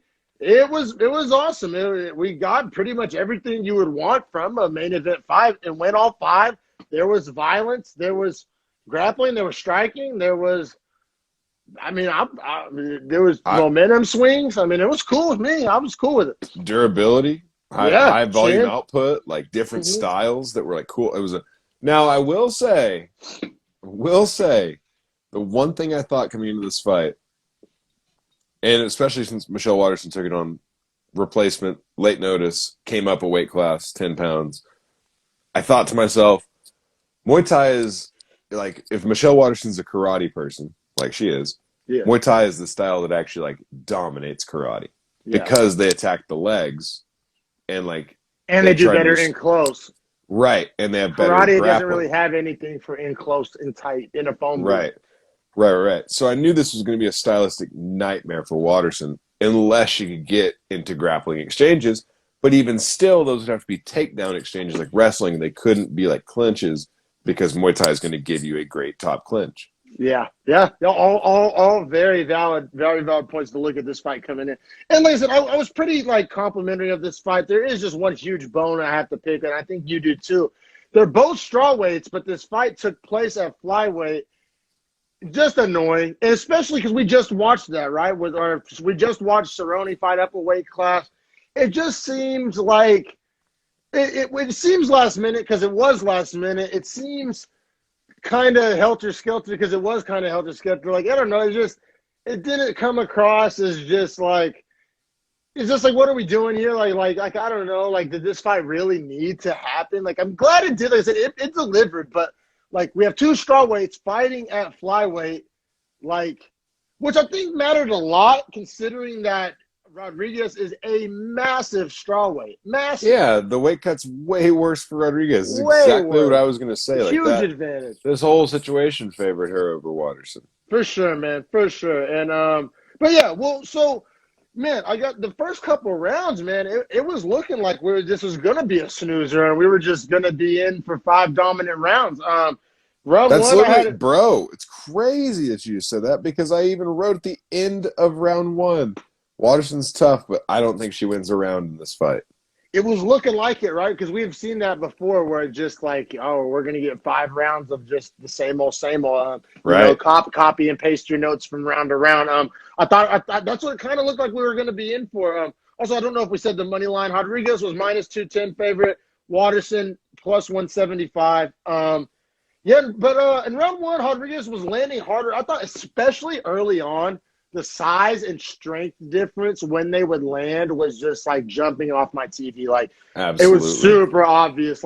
When Rodriguez would land, it would stop Waterson in her track. Maybe even knock her back. Waterson would make a face. It was hurting her. It was impactful shots almost every time she would land. Oh yeah, strike damage was off the charts different for Rodriguez. Honestly, for sure round 1. Round 2 as well. I thought rounds 1 and 2 were like mirrors. Yeah, exactly. We could damn near talk about them together, those two. Yeah, let's do that. The fight changes 3, 4, 5. But I think it's important to note that, right? Because the first 10 minutes of the fight is Rodriguez getting into, when it's boxing range, she clinches on the head, gets Waterson in a place where she can't use her kicks, and is essentially kind of controlling the clinch in that way to where Waterson also can't get takedowns. And then at distance, she's outstriking her with good hands, but also doing a good job to avoid the kicks because she's a Muay Thai fighter, so she's used to reacting to kicks. Yeah, I will say the first 10 minutes, Waterson, because she does have that signature side kick she's known for, and she landed some deep ones. She was getting some pretty nice body kicks, but that's essentially it. But there was a couple of those body kicks that Rodriguez did not like at all. Absolutely, dude. Yeah, and like Yeah. that's where, and like rounds 1 and 2 we're talking about are like this Rodriguez show, but like that's when it starts to change. Is 3, 4, 5 because those kicks, as you're alluding to, they start to take that damage toll up and up and up. And Waterson started to figure out how she could fight more effectively. Yeah. And no, let's real quick, because round 3 I found a little bit hard to score. How did you score round 3? So I scored it to Rodriguez, but or Rodriguez, however she wants to say it. I thought it got way closer than the first 2 rounds were. Like, Yeah, because it so started to be where Waterson was landing kicks that were like damaging. yeah, but also if you remember, round 3 is whenever Rodriguez had Waterson hurt, like pretty goddamn bad. That Like is right. The end of that the round. she almost finished her. Like I have 10-8 question mark. It made me See, I didn't go that way only because the whole rest of the round was such a battle. I felt like I thought that was like the closest round it up wasn't until she hurt her. yeah, it wasn't her hurting her for the whole round. Right. I feel like, but I don't know, man. Waterson But was, I see where you're coming from I thought because Waterson was close to done. hurt. She Close was to hurt. done. If there were Close to- 20, 25 more seconds, I think she would have ate 1 or 2 more shots that would have put her out. Got put her down. Yeah, but credit to Waterson, tough as they come. Her fight Super with Bill tough. was a war. This was a war. I mean, she can deliver 5 rounds of violence Which, for sure. I don't know if you noticed this. Angela Hill and Amanda Ribas was the fight that got scratched. Ribas' last fight was against Rodriguez, Yeah. and Waterson's last fight, I believe, was against Hill. Yep. That was going to be a cool little round robin-ish type of situation, losers bracket type of deal. Now, I gotta say, and I've said this before on this podcast, and I'll say it again. One of my favorite things in all sports, whether you're talking football, fighting, really every sport besides baseball, really, but you can even, I guess, lump like bullpen management into this, but like the ability to adjust on the fly and make like quote unquote halftime adjustments. Oh, yeah. I honestly always were on teams that kind of sucked at this. I feel like we always Oh, got the yeah, perfect first half bro. game. What do you mean? And it followed me to college, too. I feel like our halftime adjustments That's the rarely worst work. because honestly, if you have a good coaching staff that makes good adjustments, you'll win more games being down at half than being up. I feel like I lost a lot of football games due to chess matches more than just getting out-athleted in my career. Just my humble opinion. Sorry to throw you under the bus as coaches. I love you. I learned a lot from you. But there's a couple of X's and O's decisions that were questionable. But I say all that to say, I love when fighters can do this. And I especially love when veteran fighters can do this. When they can just take, when the fight's not going their way, and they can just take the steering wheel and be like, we're doing something different now, because the definition of insanity is doing the same thing and expecting different results. That's why guys like Kevin Holland drove us so fucking crazy and things of that nature, is because like nothing's worse, especially in a 5-round fucking fight, nothing's worse than watching the same thing over and over for 5 rounds. It's whack. And all the credit in the whole fucking world to Waterson, because like I said, she just stuck that fucking stick in the sand and was like, we're fucking going this way now. And rounds 4 and 5 were a completely different fight. Now, it was kind of a little bit of too little too late syndrome, but for my viewing pleasure, I'll take it, and it was phenomenal.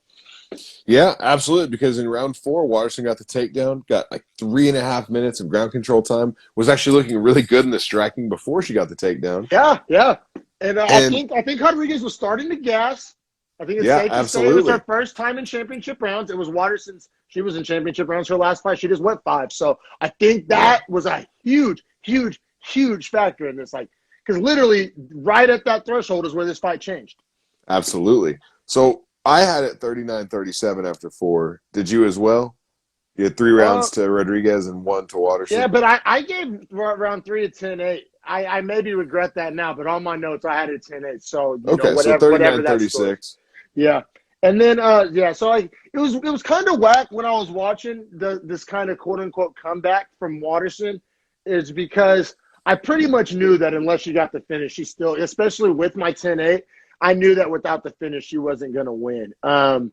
I knew that as well, though, even without a 10-8, because I had it where even if she won the 5th, she would have lost 48-47. So good effort, but just not enough. Yeah, man, but those elbows were impactful as fucking for, and she just figured it out. And then But actually, so in round 5, I thought was really interesting because round 4 was clearly the outlier, right? Waterson got her to the ground. The whole rest of the fight had pretty much taken place on the feet, and there was some pretty shitty takedown attempts on Waterson scattered throughout that. Like, it wasn't like she could get it to where she wanted at any given moment. And then in round 5, she shot a really shitty takedown. It didn't work. And I was like, oh, here we go. Back to your regularly scheduled programming. This is going to look a lot more like 1 through 3. And Waterson, credit to her, she made another adjustment, like a fourth quarter adjustment of she started throwing, what do you even call that, like an up kick just a front kick just straight up the middle? Like a straight front kick, yeah. Straight, and it comes up essentially like an uppercut with your foot. Just it comes up from this angle as opposed from the side. And it landed flush as all fuck. Like, I'm so surprised that didn't end the fight. I thought she was going to drop her and have the walk-off.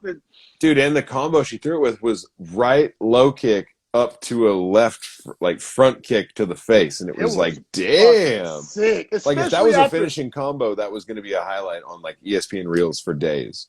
I thought it was, too. It landed clean. You heard the little clock. Did you see her jaw? It was, like, out to, like, it was like a fucking I'm softball pretty sure her in her jaw's mouth. broken. Yeah, she had a fucking, you know those like big jaw breakers that you get when you're a kid, you like lick on it for half a day and then they get like cat hair stuck to them or some shit. She had like one of those shits like in her fucking jaw. She had like a big old jaw breaker. Dude, it was insane. That kick landed so flush. And then, but I mean, credit to Rodriguez. Shout out to her chin. Shout out to her chin. Like quite literally her chin. Yeah, quite literally. Quite literally her chin. Just, I mean, you could tell she was uncomfortable, but she also knew she pretty much had the fight in the bag if she could just survive a couple more minutes, and she did. And she didn't just survive. Like, she wasn't running. She was fighting back. I think she took a couple more shots on that broken jaw, still didn't wilt. And honestly finished a little stronger than Waterson in the last, like, 25 seconds. But I thought the damage Waterson did in the 5th gave her the round for me because I was like, dude, look at her face. Like, what do you mean? She can't How can you not? Round. Yeah. Exactly. Me too. So I gave round 1 10-9 Waterson as well, but it was pretty much for that one kick, which I know is super tricky to give somebody a round for one. But that kind of donkey up kick was also really nice. That was pretty impactful. And she landed a nice like spinning kick that landed on the body. Yeah, yeah. Like, so her kicks were super on point. Yeah, right. Yeah, and I just thought Rodriguez slowed down enough to where the output numbers were close enough where like I was like, oh, well then if the output's now close enough, like I have to be valuing this Waterson damage. So my score, I believe, it came out to 48-46. Now, it doesn't really matter because no judge agreed with me. What did your score come out to? 48-47, which I had one judge with me, and then 2 judges went 49-46. Probably scored the 5th to Rodriguez, which all good. It was a super close round. Everyone agrees that Waterson got the 4th. Everyone agrees that Rodriguez got 1 through 3. Yes, 100%. Now, so Rodriguez covers as the -1 or the -210 favorite. She was the number 6 strawweight. She beat the number 9 strawweight, even though they fought at flyweight. Super annoying. Now, I gotta ask you, bro, and we've been asking it a lot lately. We have our little love away, our little side chick one championship, and our little I've been watching Sopranos, our little Guma PFL, our little young Guma. But bro, what I'm getting at here is if we were using the 1 scoring, because remember the last sentence you said, I don't think Rodriguez could have kept fighting. If you're using 1 scoring, does Waterson steal the fight just from like kind of looking at it more like a street fight? Like if it's a 1 fight card, there's a real chance that Waterson wins this fight. Like there's because if I'm not worried about thinking 10-9, if I'm just watching damage occur. Yes, if I'm just watching the fight and Yeah, I might think Waterson would have battled back by that point, especially because she dominated the 4th grappling and then boom, like she destroys this girl's face and I'm just watching her like kind of pick her apart to the very end of the fight. It's a real coin flip. Yeah, no, I feel you, bro. I feel you. Like her jaw was fucked, man. Yeah, man. I feel. And I can understand why. I can understand why fighters feel like they get robbed sometimes. Now thinking about it that way. Yeah, man, and it's like I I don't know, man. It's hard to say one's better than the other. No pun intended there with the one, but I don't know. I do think the one championship method kind of gets it right more because like there's so many like lawyer ball victories like this. Like in my opinion, if you win the first 3 rounds and then just get destroyed for the last 2 rounds, like did you win that fight? Right. Like if Did we're you? fighting to the death, you lost that fight. Well, it's a Like good argument because John Jones, Dominic Reyes, their fight, a lot of people think that the third round was a complete coin flip. Reyes won the first 2. Sorry about that. And Jones won the last 2 for sure. Jesus, allergies. So in that argument, like in one sense or pride sense, like John Jones would win that fight every time because he's winning the second half of the fight. Like he is being a stronger man in the end. Yeah, I know, which in a fight kind of matters, right? Like in basketball or football, not so much. Like you build a 40-point lead and play prevent, or you put a 40-point lead and play the backups. You can hold on to your lead and it wins. But in fighting, it doesn't. Like it's just different than that. Like I think that's the primal nature of the sport, though, right? Yeah. I agree. Now let's talk a little strawweight implications here. Kind of wanted to bring that up. Interesting kind of thought exercise there. Well, yeah, because this was 6 versus 9. This was 6 versus 9. This had super implications. And it was weird because leading up to it, Waterson was just like, oh, making my title run. Rodriguez, I don't think said the word title once, and she's the higher ranked fighter. But different stages of the career. Waterson's a little older. Waterson is dreaming of a title that she'll never touch. Never touch. No I offense, thought the same thing. I was like kind of rolling my eyes when I was watching the little intro thing for real. Low-key. And all right, so now it's really interesting here because like I said, Rodriguez was 6. So we got 2 through 5 here. 2 is Joanna. 3 is Yan Jinan. 4 is Carla Esparza. They're booked already. 3 versus 4. That's happening really soon. Yeah, Yan Jinan, Esparza, yeah. And then 5 is Mackenzie Dern. I mean, it really only leaves you with Dern or Joanna. And Joanna's interesting because Joanna would be fun because they're both Muay Thai girls. Yeah, and I wouldn't give Joanna.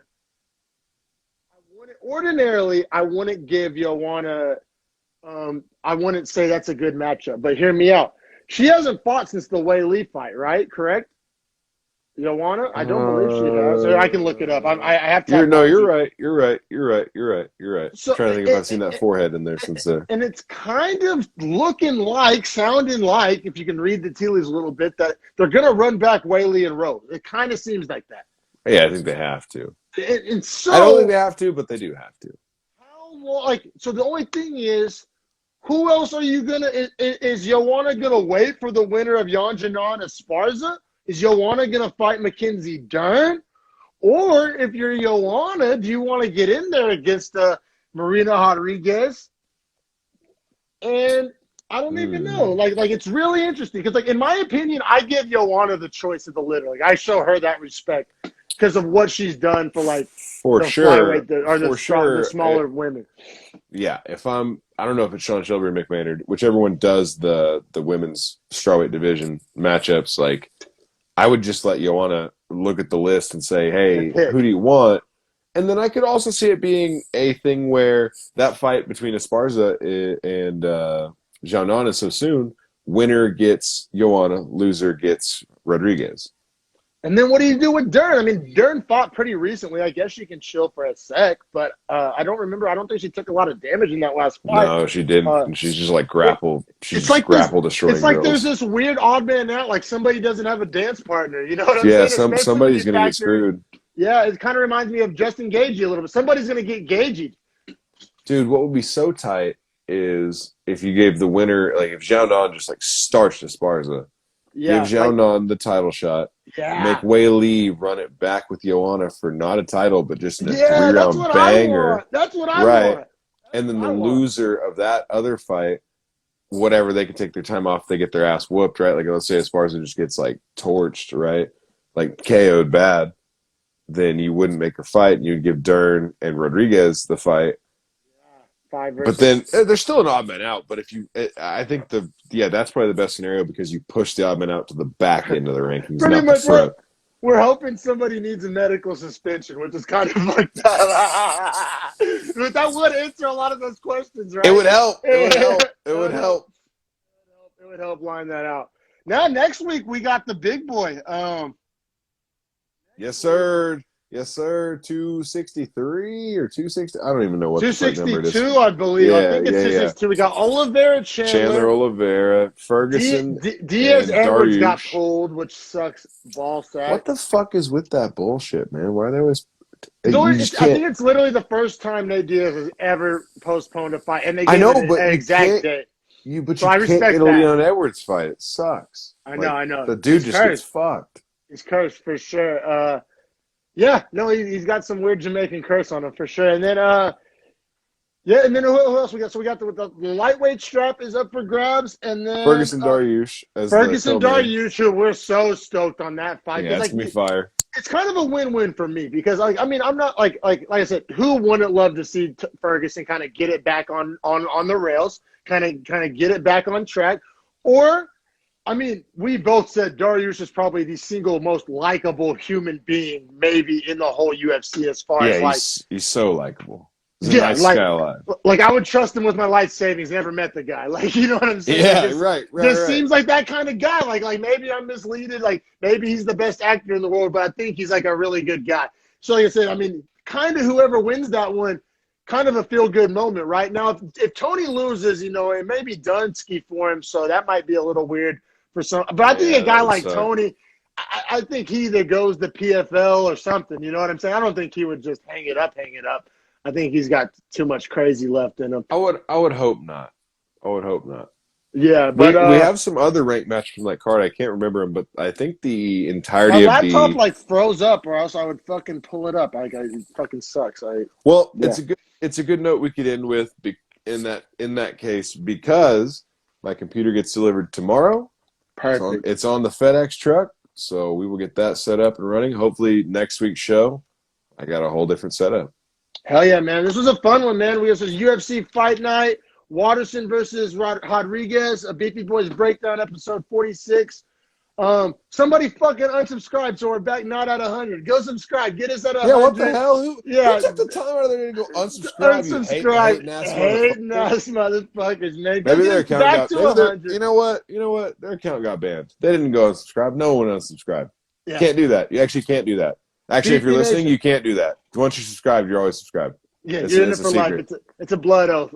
But yeah, go subscribe. If you're an audio podcast person, we got you on Apple Podcasts. We got you on Spotify. A bunch of other platforms on Podbean. Check us out.